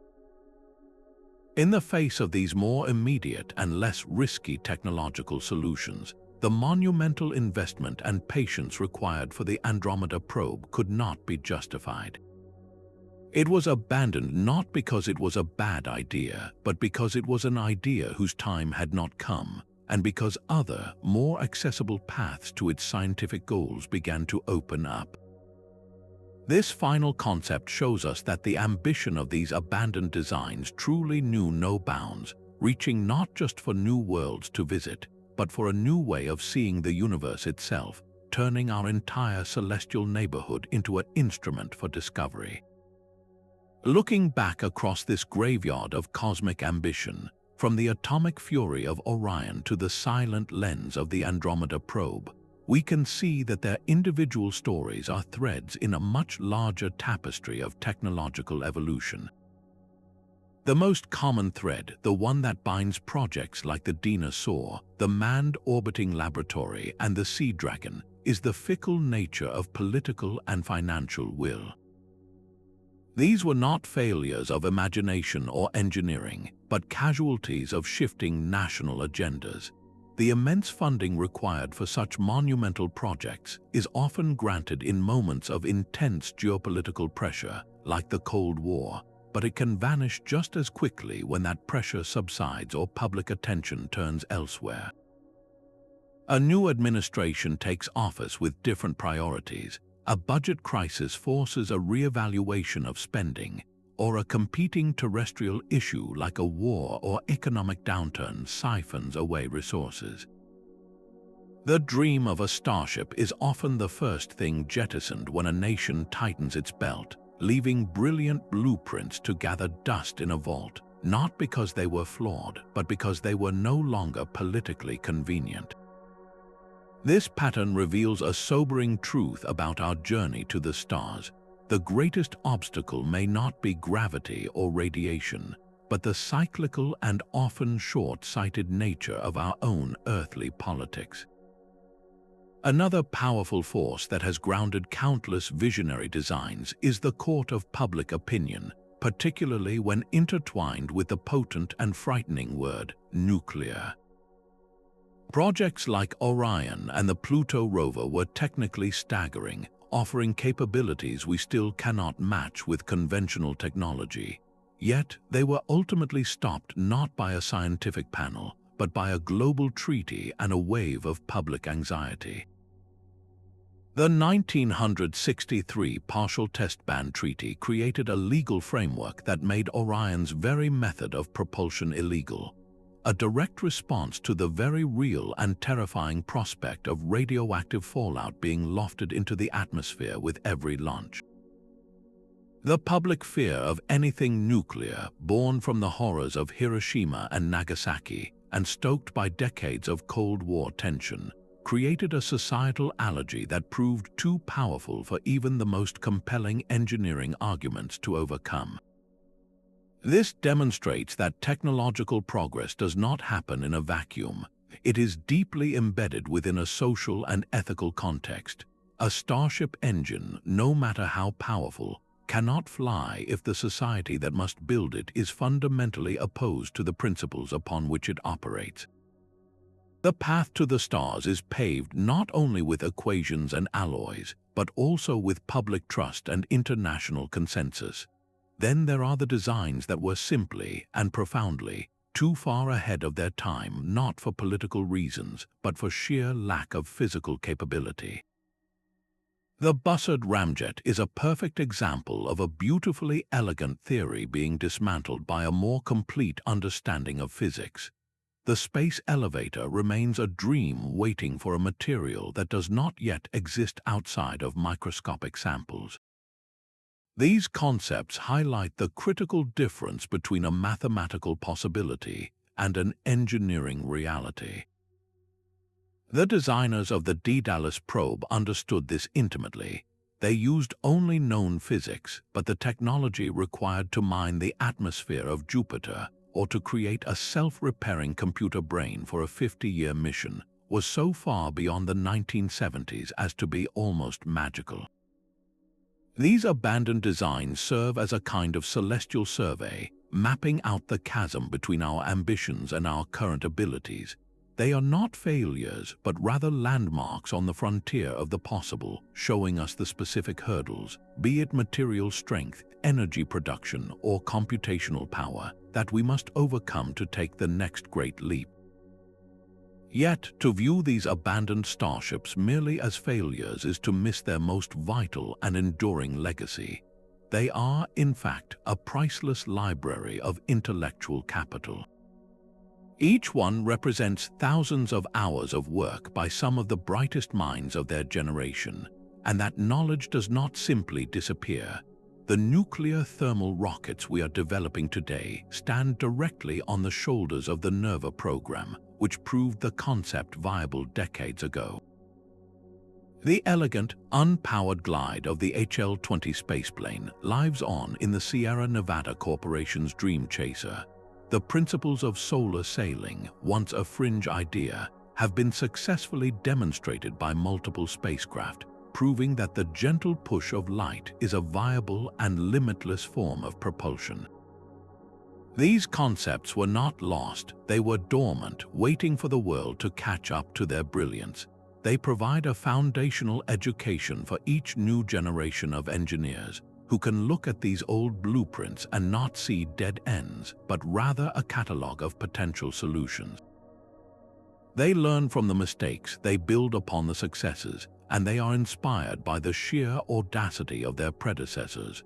This process reveals that innovation is not a straight, linear path from concept to completion. It is a sprawling, branching tree of possibilities. Some branches grow strong and bear fruit, like the technologies that made it to the launch pad. Other branches, like Orion or the Inz-Man Starship, stop growing, blocked by an immovable obstacle of politics or physics. But even these dead ends contribute to the strength and resilience of the whole tree. They provide structural support, they channel resources, and their very existence helps shape the direction of future growth. The abandoned starship teaches a crucial lesson in humility and perspective. It reminds us that progress is messy, non-linear, and often heartbreaking, but it is never wasted. Every line drawn on a blueprint, every calculation performed, and every test model built adds another piece to the grand, collective project of reaching beyond our world. These ghost ships of the drawing board are not monuments to what we failed to achieve. They are the foundational pillars, the necessary experiments, and the enduring inspiration for the starships we have yet to build. What a remarkable journey through the archives of human imagination this has been. We have wandered through a museum of the mind, a gallery filled not with what was, but with what could have been. These 23 abandoned starship designs are far more than a collection of technical failures or obsolete blueprints. They are a profound and poignant testament to the unyielding ambition of the human spirit. They represent a parallel history of space exploration, a vibrant timeline of audacious ideas and heartbreaking near misses that runs just beneath the surface of the missions that actually flew. From the raw, explosive power of Project Orion to the silent, elegant glide of the HL-20, each concept was, in its own unique way, a leap into the future, a piece of tomorrow's technology imagined with yesterday's pencils and slide rules. They force us to confront a powerful truth about progress itself, that it is not merely measured by the metal we manage to launch into the sky, but equally by the sheer breadth of the dreams we dare to draft on paper, the countless hours spent solving problems for a future that has not yet arrived. The legacy of these forgotten giants is not rust and dust, it is a living, breathing influence. The technologies they pioneered, from nuclear thermal propulsion and ion drives to the very principles of in-situ resource utilization, were once considered fringe, even fantastical. Yet today, they form the core of our most advanced plans for exploring Mars and the outer planets. The problems they so clearly identified, the need for artificial gravity, the perils of cosmic radiation, the absolute necessity of closed-loop life support, are the very challenges that the engineers of today are now tasked with solving. These abandoned designs were the necessary reconnaissance missions into the realm of the impossible, scouting the terrain and reporting back on the obstacles we would one day have to overcome. They provided the hard data, both technical and political, that allows us to build smarter and dream more realistically, the visionary author Arthur C. Clarke once offered a piece of wisdom that perfectly captures the spirit of these endeavors. He said, The only way of discovering the limits of the possible is to venture a little way past them into the impossible. Every single one of these starships did exactly that. They were not content with the boundaries of their era. They pushed, they prodded, and they stretched our understanding of what could be done. In doing so, they did not fail. They illuminated the path forward, even if that path was one they themselves would never travel. They are the proud ancestors of every rover on Mars, every probe at Jupiter, and every new rocket on the launch pad. Their story is a celebration of the creative courage that defines our species, the relentless drive to look at the void and not see emptiness but possibility. We are deeply curious to know which of these forgotten giants resonated most powerfully with you. Was it the cosmic arc of the Inz-Man Starship carrying a civilization to a new sun, the brutal, beautiful simplicity of the Sea Dragon promising to open the heavens through sheer force, or the quiet, patient ambition of the Andrometer probe seeking to turn our entire solar system into a telescope? Share your thoughts and favorites in the comments below. We read every one. And if you enjoyed this deep dive into the frontiers of technology, please subscribe to the channel for more journeys to the edges of innovation. Thank you for joining us on this tour of the starships that never were, but whose spirit continues to guide us toward the stars we will one